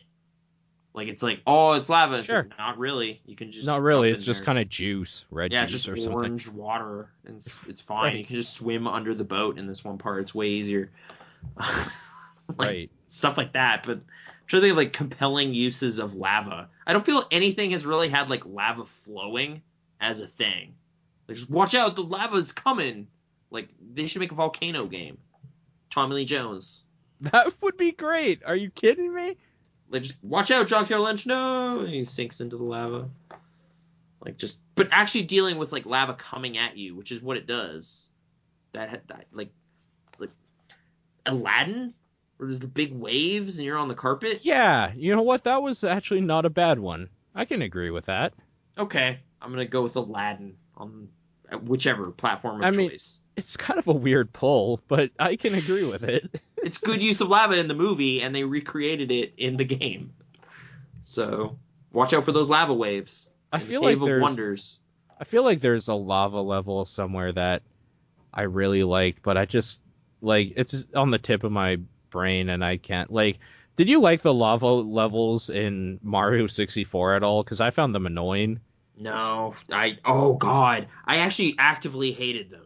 Like, the one that's in the basement area or whatever, where there's just like wire meshes everywhere and there's weird bull enemies that just charge you off of stuff. Like, I found that world pretty frustrating. So no, Mario 64 does not earn its like my favorite lava level award. There's a stage in StarCraft 2, which is like there's a whole area in the middle. Like, you build your bases and stuff on this elevated ground, because the whole level in the middle will not randomly, but like a tide of lava will come in and fill up that area and destroy any things or like buildings and stuff in there. So I thought that was kind of cool, because you could be fighting like this huge war in the middle against the AI. Like, it's a campaign level too, so it's always the same. And like, if they try to attack your base and they're running across and like the lava starts raising, they're just all dead. I don't know. That was kind of cool for like an RTS game. How about jungle level? Like, Donkey Kong is the first thing that comes to mind. Yeah, that's the first thing that came to my mind too. But they usually throw jungle in the name, so it's kind of just word association. I What don't know about if the it's actually- Jungle Book game? I don't know if I played it. Is it noteworthy? Is it one of the Capcom Disney classics or something? Or Nah. okay, I buy that. But man, like jungle, thick, good use of whatever. Like Spelunky has a jungle level in it, but it's in a cave, so we're And just it gonna has- call that our cave level. And it has some great jazz music, too. Yeah, but the spike totems, I hate those. What about, like, the Rayman games? Aren't there, like, jungle levels in those? Yeah, they're kind of jungly. Like I want to say, like Jack and Daxter might have some jungle stuff. Oh, Maybe. dude, whatever. I'm gonna say Contra. Contra, okay. Most of that game was in a jungle. I'm just thinking of like Vietnam games, like Men of Valor. Yeah. But I Oh, didn't what's play that one with all the swearing again? Is that Men of Valor? No, wasn't it, like, Rogue something? There's a bunch of Vietnam-based games. I think it was Mickey Rourke. Oh voiced the God, guy. Rogue Warrior. Rogue Game is Warrior. terrible. I don't even know that they like, or like even the jungle level in GoldenEye is a shit jungle because it's just like corridors that are green. The only Like- thing I remember about the jungle level in GoldenEye was you get to a point where Xena's on the bridge with 2 RPGs shooting Yep. at you. Yep. I hate it. I hated it. No, God, like that game, man. There's some just Yeah. terrible stuff, or just that game, like that level specifically has like so much fog in it. Like it's just like we can't. The frame rate is garbage. We need to just limit your eyesight. Like it's foggy in this jungle, the mists or something. Right. So that's a terrible jungle. Worst jungle, GoldenEye. I Sure. never liked that level. No, I agree. Oh God, a good jungle, like some of Zelda Dungeon, like the first one in Twilight Princess isn't great. It's got monkeys, but that's jungle. Hmm. Forest Temple isn't really a jungle, but it's a forest, and I like that temple. I don't think that really counts. Yeah, So, I don't think it Just does. whatever, Donkey Kong stuff. Donkey Kong leans into the jungle. It's got fruit and stuff. Sure, I'll go with that. Is there out of like an default. Uncharted in a jungle at any point? The first one has a lot of jungle, but it's like my least favorite Uncharted game. So, also the Vita one, but I never played the Vita one. I guess even 3 has like a jungle area where when you go up to that like big mansion kind of house, like the level of stuff before that is kind of jungle. Okay. Uncharted has decent jungles. I guess also Tomb Raider, the new one, has some jungle-y type stuff, right? Sorta. Yes. Or is it a forest? That I don't know. Like at some point, it's just like the type of trees makes it a jungle. Like I get, like, yeah, I don't if even there's know. vines, it's a jungle. Vines, essentially. Yeah. There's probably vines in Tomb Raider. Yeah. Probably. Yeah, there probably is. You're right. So that new Tomb Raider game, decent, totally decent jungles. There aren't many environment types where I'm just like, I really want to be in an environment like that. I want to check that out. Right. So it's just they seem to just climates determine what levels kind of happen in a thing. Like, Right. Deserts were an option too earlier, and I said Yeah. Mario Brothers 3. I'm also gonna do an honorable write-in. Jack 3 kind of leans into desert stuff. Okay. It's like your dune buggies and you're I kinda might say just- Journey for desert and snow. That's a pretty good. Both of those things are actually, well I'm gonna- represented. If I have to choose one, I'm going to say desert because just like riding down some of the sand dunes and Oh, stuff. that sand surfing part was really good. Yeah, so you know what? That's my answer for desert. All right. Okay, we should move on. Yeah, because- like that's just you could talk It's super about weird. desert levels and fire levels, and I don't usually think about it. So interesting question, I guess. It's like No, I've it's seen a really many good question. fire level. That might be the problem. It's like, oh, this is too interesting. Let's really ponder this and talk about every single fire level in every Mario game, and which one's the best. Let's not do that. Let's do a list of 100 of them. See, in Anyway. Super Mario Brothers 3, you get the Hammer Bros suit in World 6, but it's like the shittiest world, but you get the Mhm. coolest costume. Right. So is that a good world or not? I don't know. Excellent. Something to think about. Yeah. Anyway, What's next. your favorite level podcast at burningpearl.com? It's just getting to the point where it's like, you guys should just do a podcast so we can listen to your ideas. Like, reply to this podcast in the comments with a podcast, and then we'll listen to that. Don't do that. I won't listen to it. Okay, unless it's really good. Anyways, next voicemail. Really So last year, I saw this movie called Europa Report, which was sort of found footagey movie about space travel to Europa. And that movie wasn't great, and what it immediately brought it back into my head, that sort of stayed there, was the movie 2010, which is also about kind of going to Europa. And while 2010 is bizarrely dated with all the Cold War stuff, and recontextualizes 2001 in weird ways, it was a memorable movie, and it had its points. So recently, with Interstellar coming out, people are talking about space movies again, and there was an article on Grantland.com that was about notes about sci-fi after 2001, and one of its earlier points was that 2001 is so influential that every space movie that comes after it has to sort of either affirm or refute the version of space that movie puts out. And its ideas about humanity. In a similar way that The Godfather affected every mob movie that came after it. So really, I guess I want to ask you guys about your thoughts on fiction that has to respond to some great work in its genre, including video games. I love how you just threw including video games. Click. Also video games. Because this is kind of a video game podcast, but I think we talked about more movies this week. It's kind of just an anything podcast. Yeah. All the media that matters. Yeah, that's the slogan. Yeah, it is. There is an acknowledgement of there's basically just a joke about 2001 in Interstellar. So yeah, everything has to kind of acknowledge that, but some stuff doesn't acknowledge it. Moon doesn't say anything, but it's there's a robot, a computer that talks and stuff. So you're gonna start thinking of it it's the HAL in this movie. It's right. It is this big touchstone of everything after in that genre is seen with that. That shadow is pretty long, so watch out.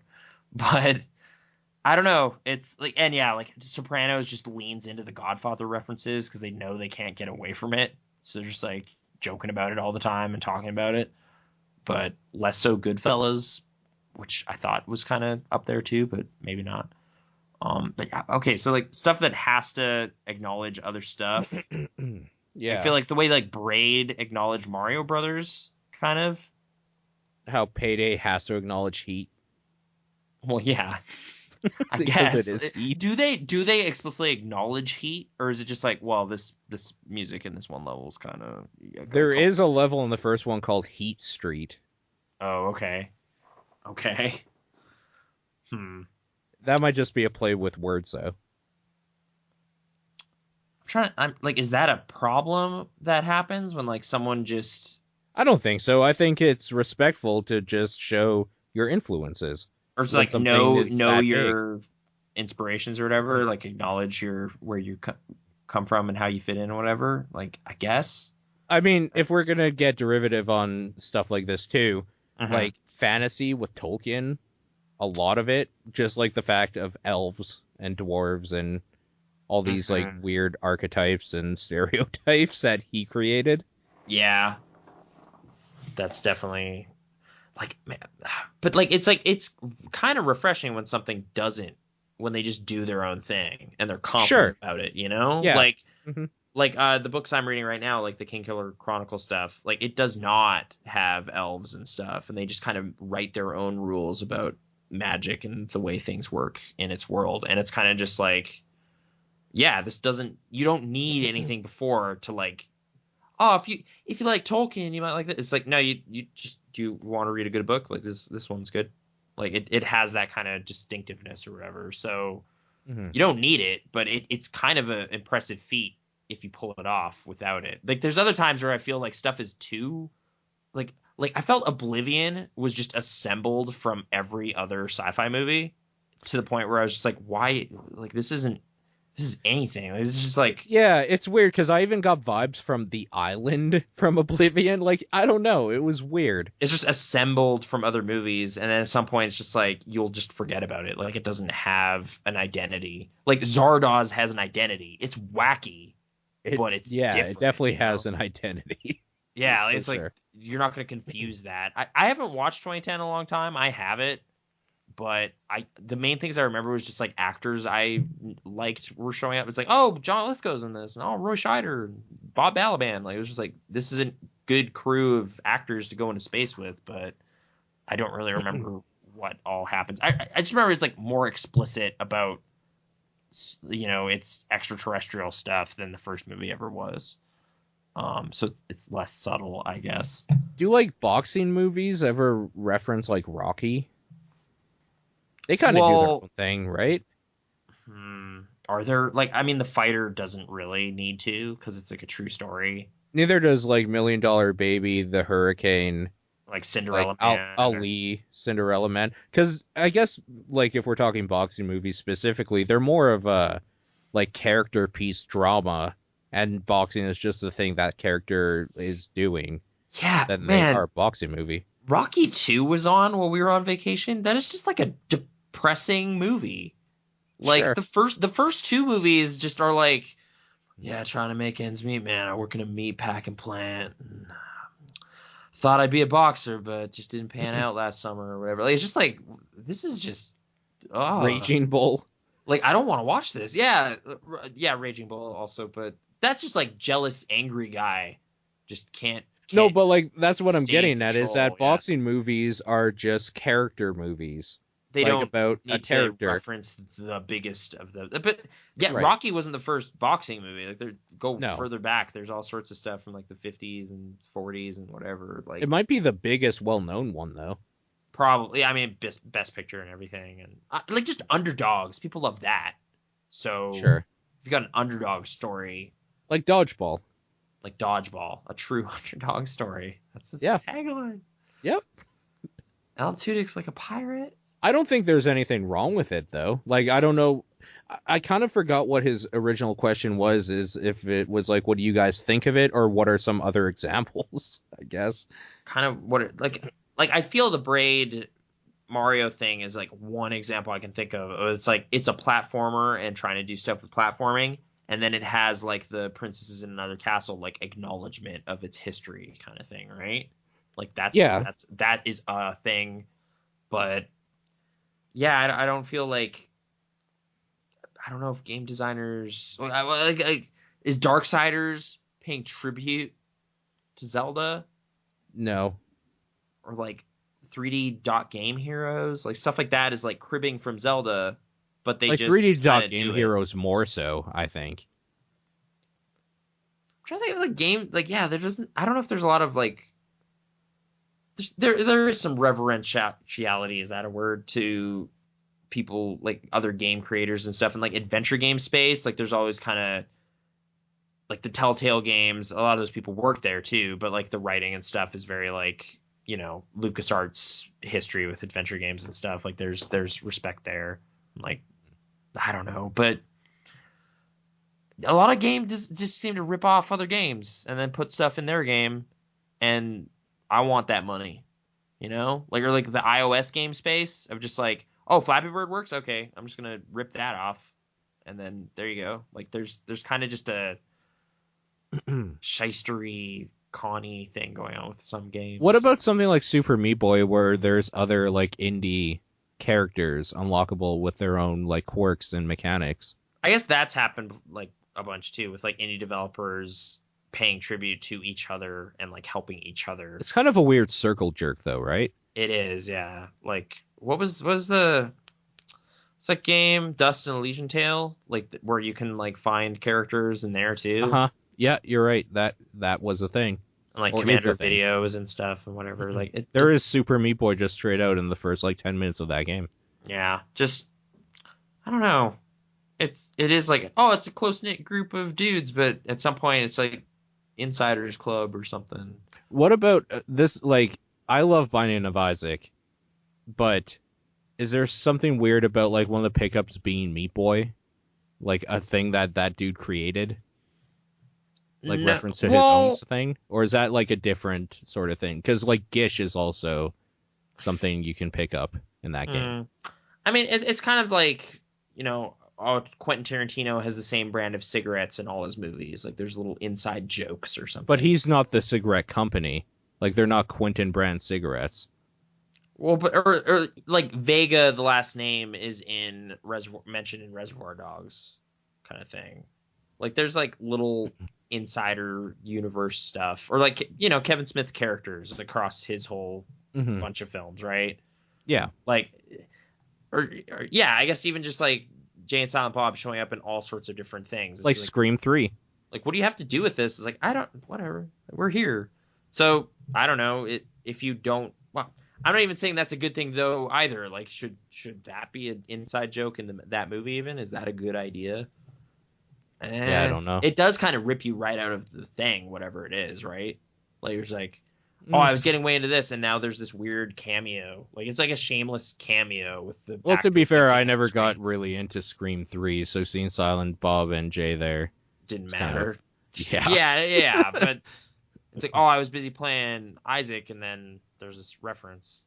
I think that fits fine, like in that case, but because he created the other stuff, I guess.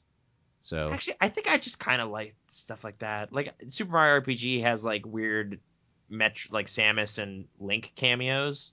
Well, I mean, yeah, but they're all under the umbrella of Nintendo. So yeah, but it's still just kind of like, oh, fun. There's like a little Easter egg in here. That's cool. It like I don't get annoyed by it.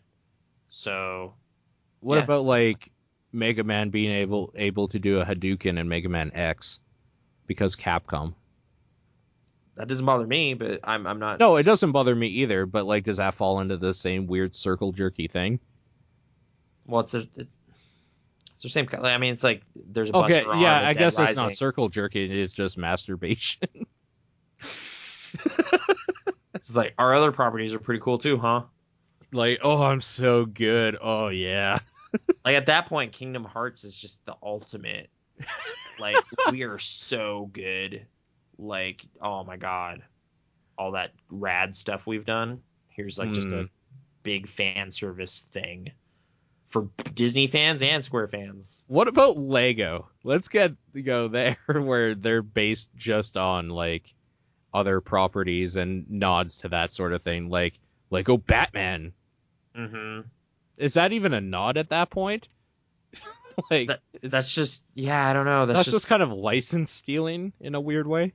I guess it's the kind of most genius thing they've done is like making their own thing a thing, so people get excited about like Emmett, and it's just like, okay, like you've finally done it. You pulled off like the ultimate con. But yeah, I know we all know about that. There was a Lego store on downtown Disney. Of course there was. Yeah. Should we just move on? I mean, it had a big dragon from Sleeping Beauty on it, and it's like, I wish I could like this, but I can't. And I walked away. Didn't take a picture. Anyway, yeah, let's move on. Okay, next voicemail. Have you guys ever seen a movie and went, if I were ever in a position where I could have made a movie, this is actually the movie I would have made? I had that experience once. It was with this stupid horror movie Rubber that's about a tire that comes to life and starts killing people. Yeah. It's all kinds of meta. But it's like the kind of bizarre, stupid humor that my brain would come up with. It's just really kind of weird to me that someone like made the movie I would have made. Have you ever had that experience with like a movie or even like a book or I don't know, like the story of a game or something? I don't know. Thoughts? Cabin in the Woods. Really? Just like because if I was gonna make a horror movie, I would want to just make a like homage to my favorite horror movies. And what better way than to just rip all of that off and throw them all in somehow? I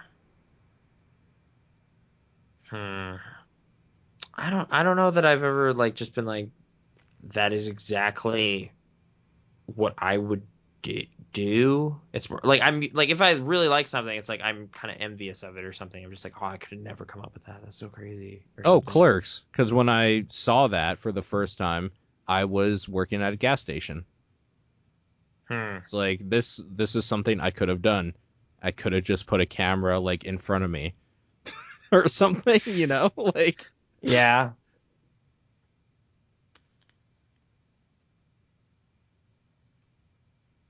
Dead air. I mean, like movies I like really responded to is like Rise of the Planet of the Apes and stuff, but I don't know that I would have.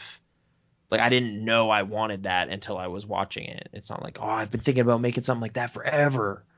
You know, like yeah, it wasn't quite like that. Well, like not to be exact though, I don't think, because also like Freddy versus Jason, I've been wanting that since I was like 3 years old, or in grade 3. Yeah. So it's just like when it finally happened, I didn't know how it would be done, but I would have made that movie if I could have, because I wanted to see Freddy versus Jason.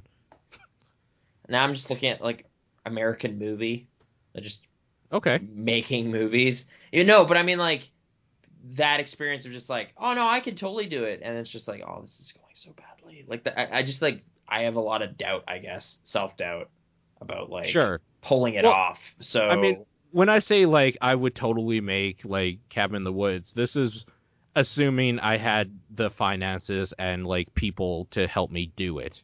Okay. But like realistically, the only one would be Clerks, because I could literally just get a camera at that point in my life and like find a quirky sidekick and like write some weird dialogue or something.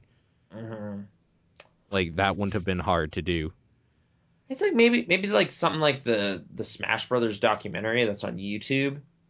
Of just like, this is a really simple documentary and it's just about this gaming scene thing, and it's just like all you need to do is like interview people and then edit it together, and like it's about gaming, which is something I'm already invested in, and like talking to people about it and stuff. Like that could have you know, if you knew a little bit more about a specific scene or something, you could have made a documentary about some component of video gaming. And in that respect, Indie Game the movie, Free to Play, and Looking for Group, the World of Warcraft one. Yeah. Because those are all things I am into. Yeah, it's like gaming documentaries. That could actually happen. You know? Right. So, like, yeah. I mean, fuck. Most of the people, like in Indie Game the movie, like the side people, not the main three, we've actually talked to. So, there's that. There is that. So like maybe that might be one of like that thing of just like, oh yeah, this is within reach and possible. Right. So like walking out of a movie and being like, man, all you need to do is just ask people about games and people make a movie, huh? That's crazy. All right. Yeah. Damn. Especially that not free to play, the Looking for Group, the World of Warcraft one, because like most of that footage was just filmed from like the big raid teams and stuff at BlizzCon. Okay. So it's just like all I need is a video camera, a microphone, and a BlizzCon pass. Like I'll talk to a bunch of people, ask them about like their schedules and how they feel about stuff. Maybe ask if I could like when they're about to raid, go to their house for some shots when they're raiding. Like, and I would have that exact movie. So, like, that would be so easy because these aren't even stars, really. It is people just playing the game. Mm-hmm. So, okay, yeah. So it's like a 10-year history thing. I'm just looking up this thing right now. Because even, like, doing free-to-play, you kind of need the backstage access for the international. Right. Whereas this just, no, just shoot off the screens. Whatever. Yeah. That's exactly what it was. I think it's even just like a YouTube movie. Like it was pretty low cost. It looks like it's on YouTube. It's just over an hour. Yeah, that's it. That's the one. All right, there you go. So 872,000 hits. So realistically, that is the movie I could have and would have made if I like thought about it, I guess. There you because that was totally in reach, and it still is if I wanted to, but it's been done. So why would I? I did it too. Like, yeah, I don't. But okay, there you go. Yeah. Those are actually movies that we could have been involved in, maybe, but weren't. But Last voicemail. You ready for last this one? voicemail. Yeah. So Japan does this thing where they'll put on like stage musicals of anime versions, where like with the effects budget like of like a really rich high school, like and some of them it's just like random people playing the characters. Like I think there are Bleach musicals that do that, but there are two for the original series of Hunter x Hunter, where all of the voice actresses and voice actors are playing their character, like dressed up in costume. It's really weird. And they're singing songs and stuff. So that show is mostly like young guys but their voice actresses are women. So the women are actually like, they're shorter, so they're like kind of the right height build to play those characters dressed up on stage. It's very weird though. So if you guys could have the voice actors from any video game put on a live-action stage musical of like a new story in their world, what game would you pick? What cast? Metal Gear Solid, because I want to see David Hayter just be Snake. Yeah, he's the first one I thought of too. Like just because like voice acting and characters and stuff are so important to that game. Right. It's pretty iconic. So, I don't know if I want. You know what? No, I do want a Metal Gear Solid musical. I was about to say I didn't, but that means there's like a giant number with the Snake Eater song, and I want to see that happen.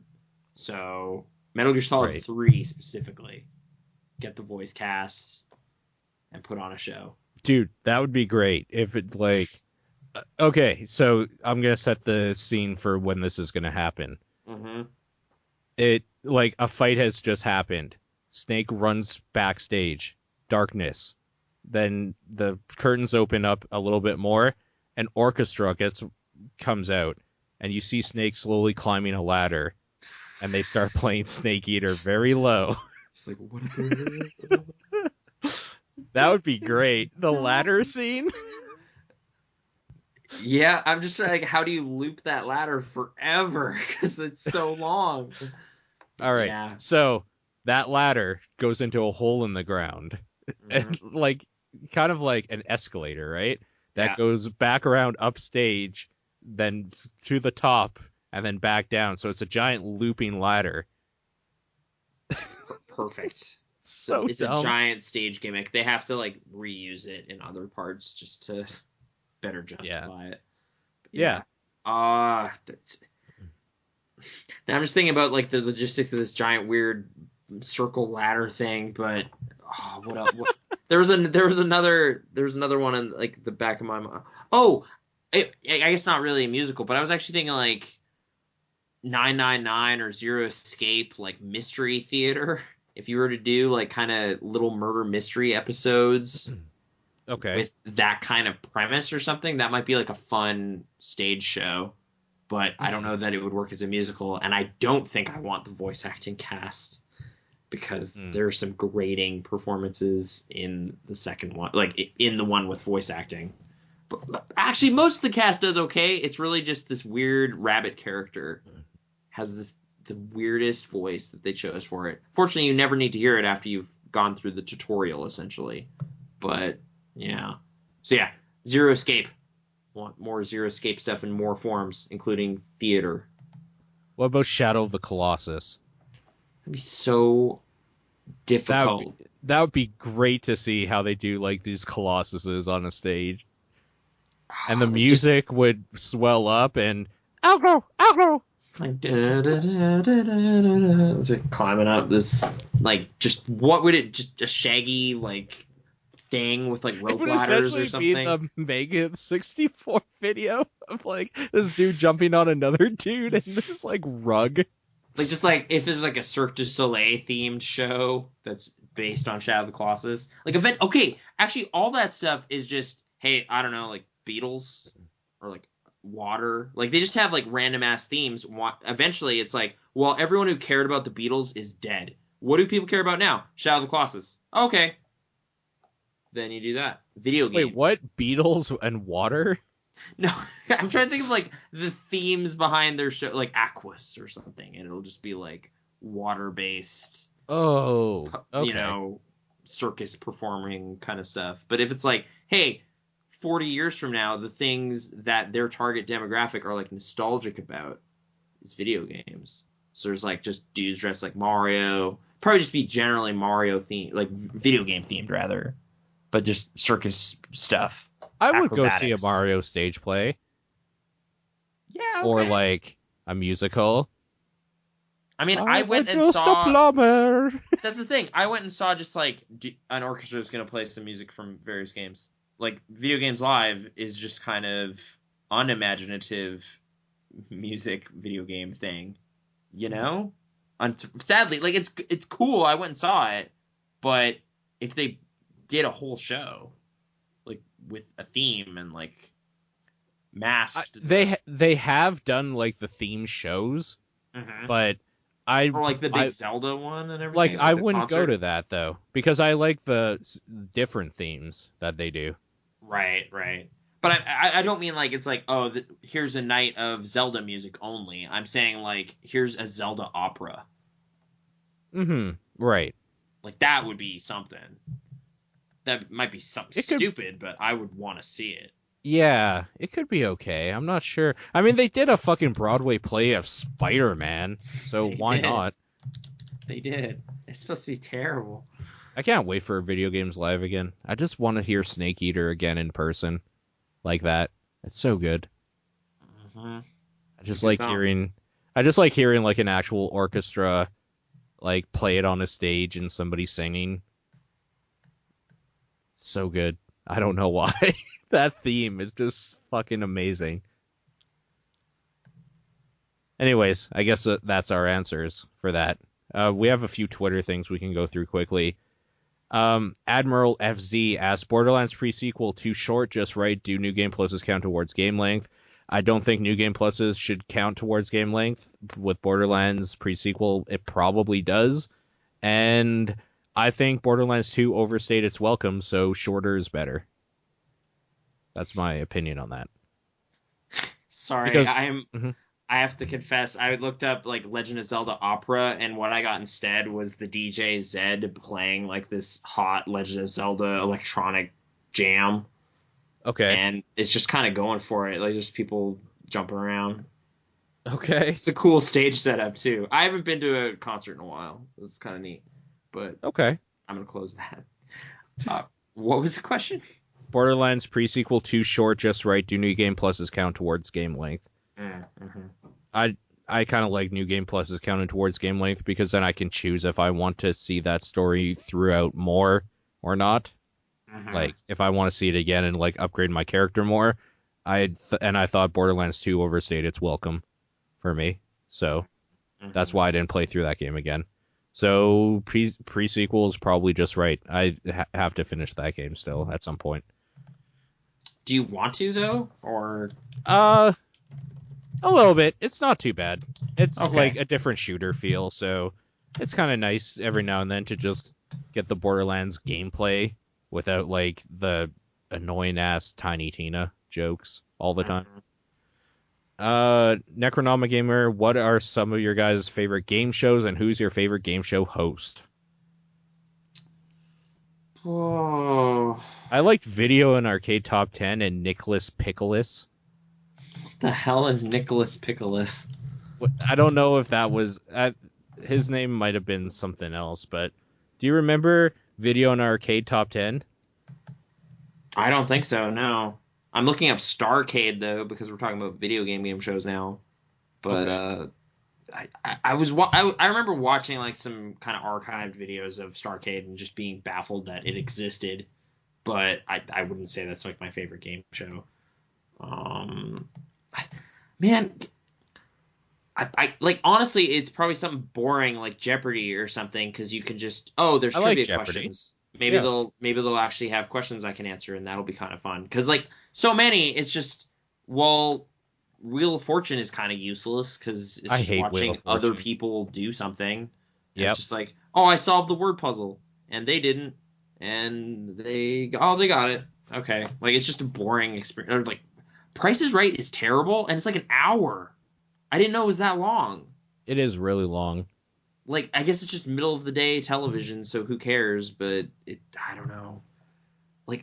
I always had a special place in my heart for Family Feud. Okay. And I don't know why. I think it's just because, like, some of the answers from the polls they do are dumb. And it's just like, yeah, no, like 20 people said that. Or something. Yeah. But I don't know. I don't...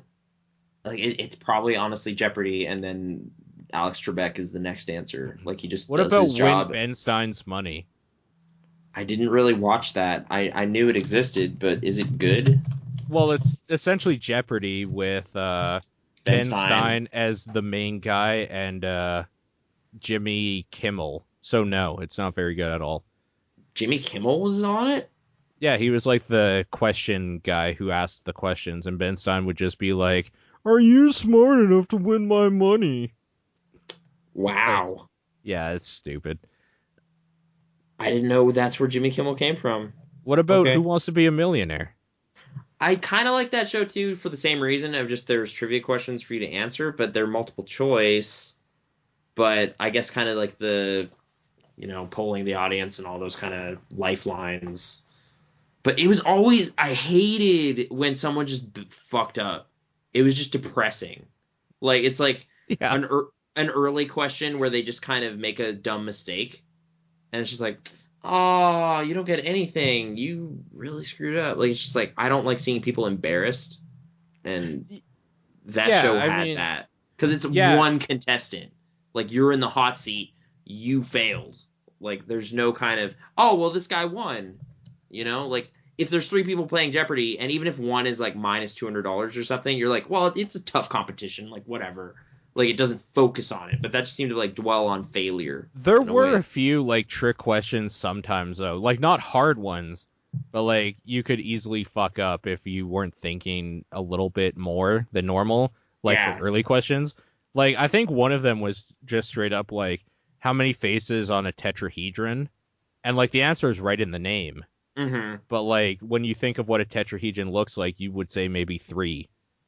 But, like, it's 4 because it has a base as well, right? Yeah, tetra. Yeah, but, like... Right. You're just, like, trying to go rapid fire. You're just like, it's 3, whatever. Oh, you got it wrong, and now you have to leave. Commercial break. Like, yeah, the commercial breaks. That's right. I don't know. Game shows. Do those... Are there just, like, YouTube game shows that only exist there? I don't know. We could do that. Well, they have that. I'm saying that like that has to already exist because that's like low budget programming. Why don't we do that though? Let's make a game show. I don't know about what. All right, let's make a game show. It would honestly be really fun, but it would take work. It would work actually. But hey, man, if we get that like local television deal, game show. Oh yeah. Honestly, that would be. I mean. Yeah, that would be pretty fun. Like, that's a known structure. We could just steal John's, like, panel show that he runs idea. There you go. On TV. Well, he could be our co-producer or something. No, we just won't credit him. I have footage of one of those at UFC, at, like, Use it as a pilot for the studio. No, it's shaky. I'm saying we could recreate it based on those questions. Yeah. Oh, right. Well, we could think up other questions. My answer is still Video and Arcade Top 10. All right, there you go. And Jeopardy. Boom. And, like, if you're not Canadian, you probably don't know what that TV or that show was. Next question. What about Uh-Oh? Remember that show? I do. Uh-Oh. And there's, like, slime. Yeah. No. What was it, The Punisher? Yeah. Was that his name? I think so. I think it was too. That's some copyright infringement right there, maybe. Well, it's Canada, dude. They don't care. Oh, yeah, Canada doesn't own copyrights. So Marshmallow on Twitter asks, my question is, do you prefer real-time strategy games or turn-based strategy games? What are your favorite turn-based ones? Favorite turn-based strategy games? I prefer... I don't know. Like, I was, like, looking at Massive Chalice yesterday, and it's just not my genre, man. Like, even if stuff that like, well, there's some things about this, but like I tried XCOM and it seemed totally fine. Just didn't want to beat it. I'm trying to think if any game with that structure has pulled me all the way through. Like, credits rolled, I finished the video game. No, that has never happened. So like for me, Dragon Age, I guess, real-time strategy.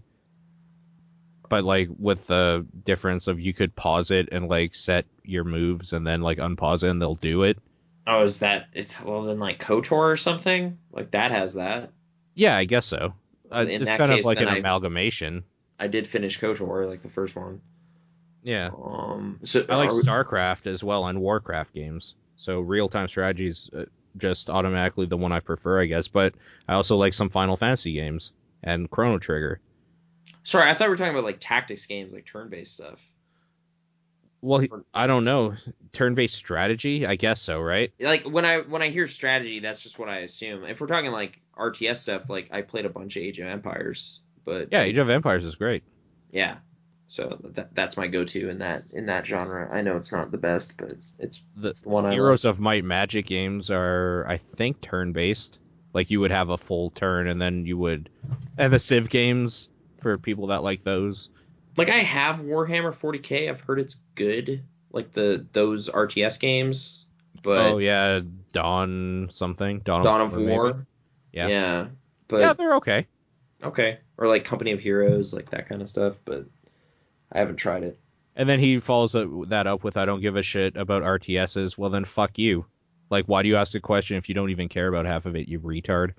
What? I thought he was talking about like Fire Emblem and stuff. Like that was my presumption too, because his thing was, my question is, do you prefer RTS or turn-based strategy? What are your favorite turn-based ones? I don't give a shit about RTS. Oh, like don't list those. It's just like, oh, okay. Well, then I'm not just gonna answer your question. Next question was Mr. Tide Toy. I thought it was asks, like, yeah. How are you guys? I'm okay. Yeah. That's a good question to end on. I don't know what it is. Like somebody asked that on a top down, I think 2 weeks ago or something, and I was just like, that's the best question asked. I have a soft spot for where somebody's just like, my question is just like checking up. How are you guys doing? It's just kind of nice. Sometimes it says you care, and you can't decide how you are. Well, I don't know, like philosophical crossroads, man. I got big decisions going on. I'm gonna try something else, you know. New podcast? No. I don't like. So hey, man, you know David Lynch? Mm-hmm. Did you know he's been a longtime practitioner of transcendental meditation? Yes. So I really like that dude's movies. Mm-hmm. I'm looking into that stuff. Okay. That's been a recent development, and yeah, it's like religious enough where I'm like, okay, but just enough to where I'm like, I hope this isn't weird. But I don't know. Like, yeah, I think it's all right based on my initial findings, but sure. It seems there's a lot of people that do that, actually. I guess, yeah, like that was kind of like, oh, Clint Eastwood and Jerry Seinfeld, and you're just like, what? Okay. I really only cared about the Blue Velvet Mulholland Drive guy, but fair enough. Sure. Just because stuff's so weird. I was just like, how do you tap into that weird part of your mind, of your imagination? So, yeah, come next week, I will know more, but I can't tell you about some of it. Secrets. What do you mean you can't tell about some of it? Insider TM secrets, dude. It's like, have you gone to a session? Yeah. Oh, you have already? Yeah, it's on. Oh, okay. It's happening. So. Okay, then. Y'all can't know my mantra. It's mine. Stuff like this. Right. But, like, which I'm not, like, it's like, are secrets good or bad? Or are they inherently fine? It doesn't really matter. I guess so. Like, as long as nothing really, really dicey is going on, it's fine. But and even if it is, weird. Whatever. No one else will know. I don't know. I try to be like transparent about stuff, but I'm not supposed to be about this. I like signed a form that said you can't talk about this. Not any of it, obviously, but like there are parts of it that aren't to be discussed because they're personal. I don't know. It's an odd thing. I haven't had anything like that ever happen. So secrets. What about religion? Paid secrets. It's not, I guess. No, because religion, they want you to talk about it and convert people. Exactly. So that's what's opposite. Weird about it. It's like, hey, you just sign up front and then you learn the thing and we leave you alone. Like you're fine. You don't have to come back or ever again. Like it's not like a weekly church or anything. It's just you learn a thing, you learn their secret, and then you have it. And it's yours. But you can't publish stuff about it because that's their like trademarked thing, I guess, kind of, right? I'm sure there are people on the internet that have, by the way, for people wanting to look in the internet for that, I guess. Maybe, or you could but just check it out yourself, I guess. Honestly, when I was first like looking into it, after I read David Lynch's book, I was just like, okay, I'll just look up what that is. What is that? And it's just like, oh man, they really scrubbed the internet pretty good about like the specifics. So unless it's the dark net, go in there. I guess so. I've never set up proxies and stuff and done some darknet. So that would be really weird. Yeah. So yeah, how am I doing? That's what I'm about to do, and I'm not sure what's going to happen.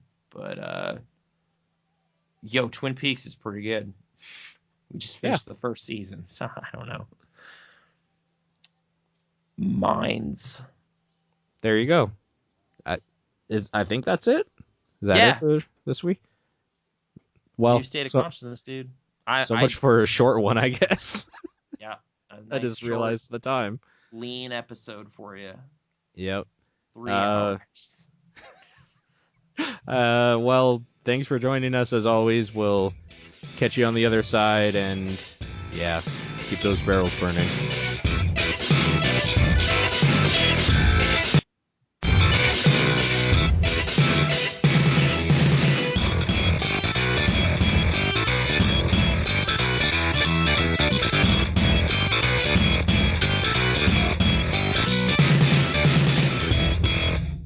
Do we want like a different fire metaphor? Like, oh, that's a toasted marshmallow or something. Like, I don't like. Oh, that one fell in the fire. Are you saying we should toast Marshmallow? No. Marshmallow's going right in the barrel.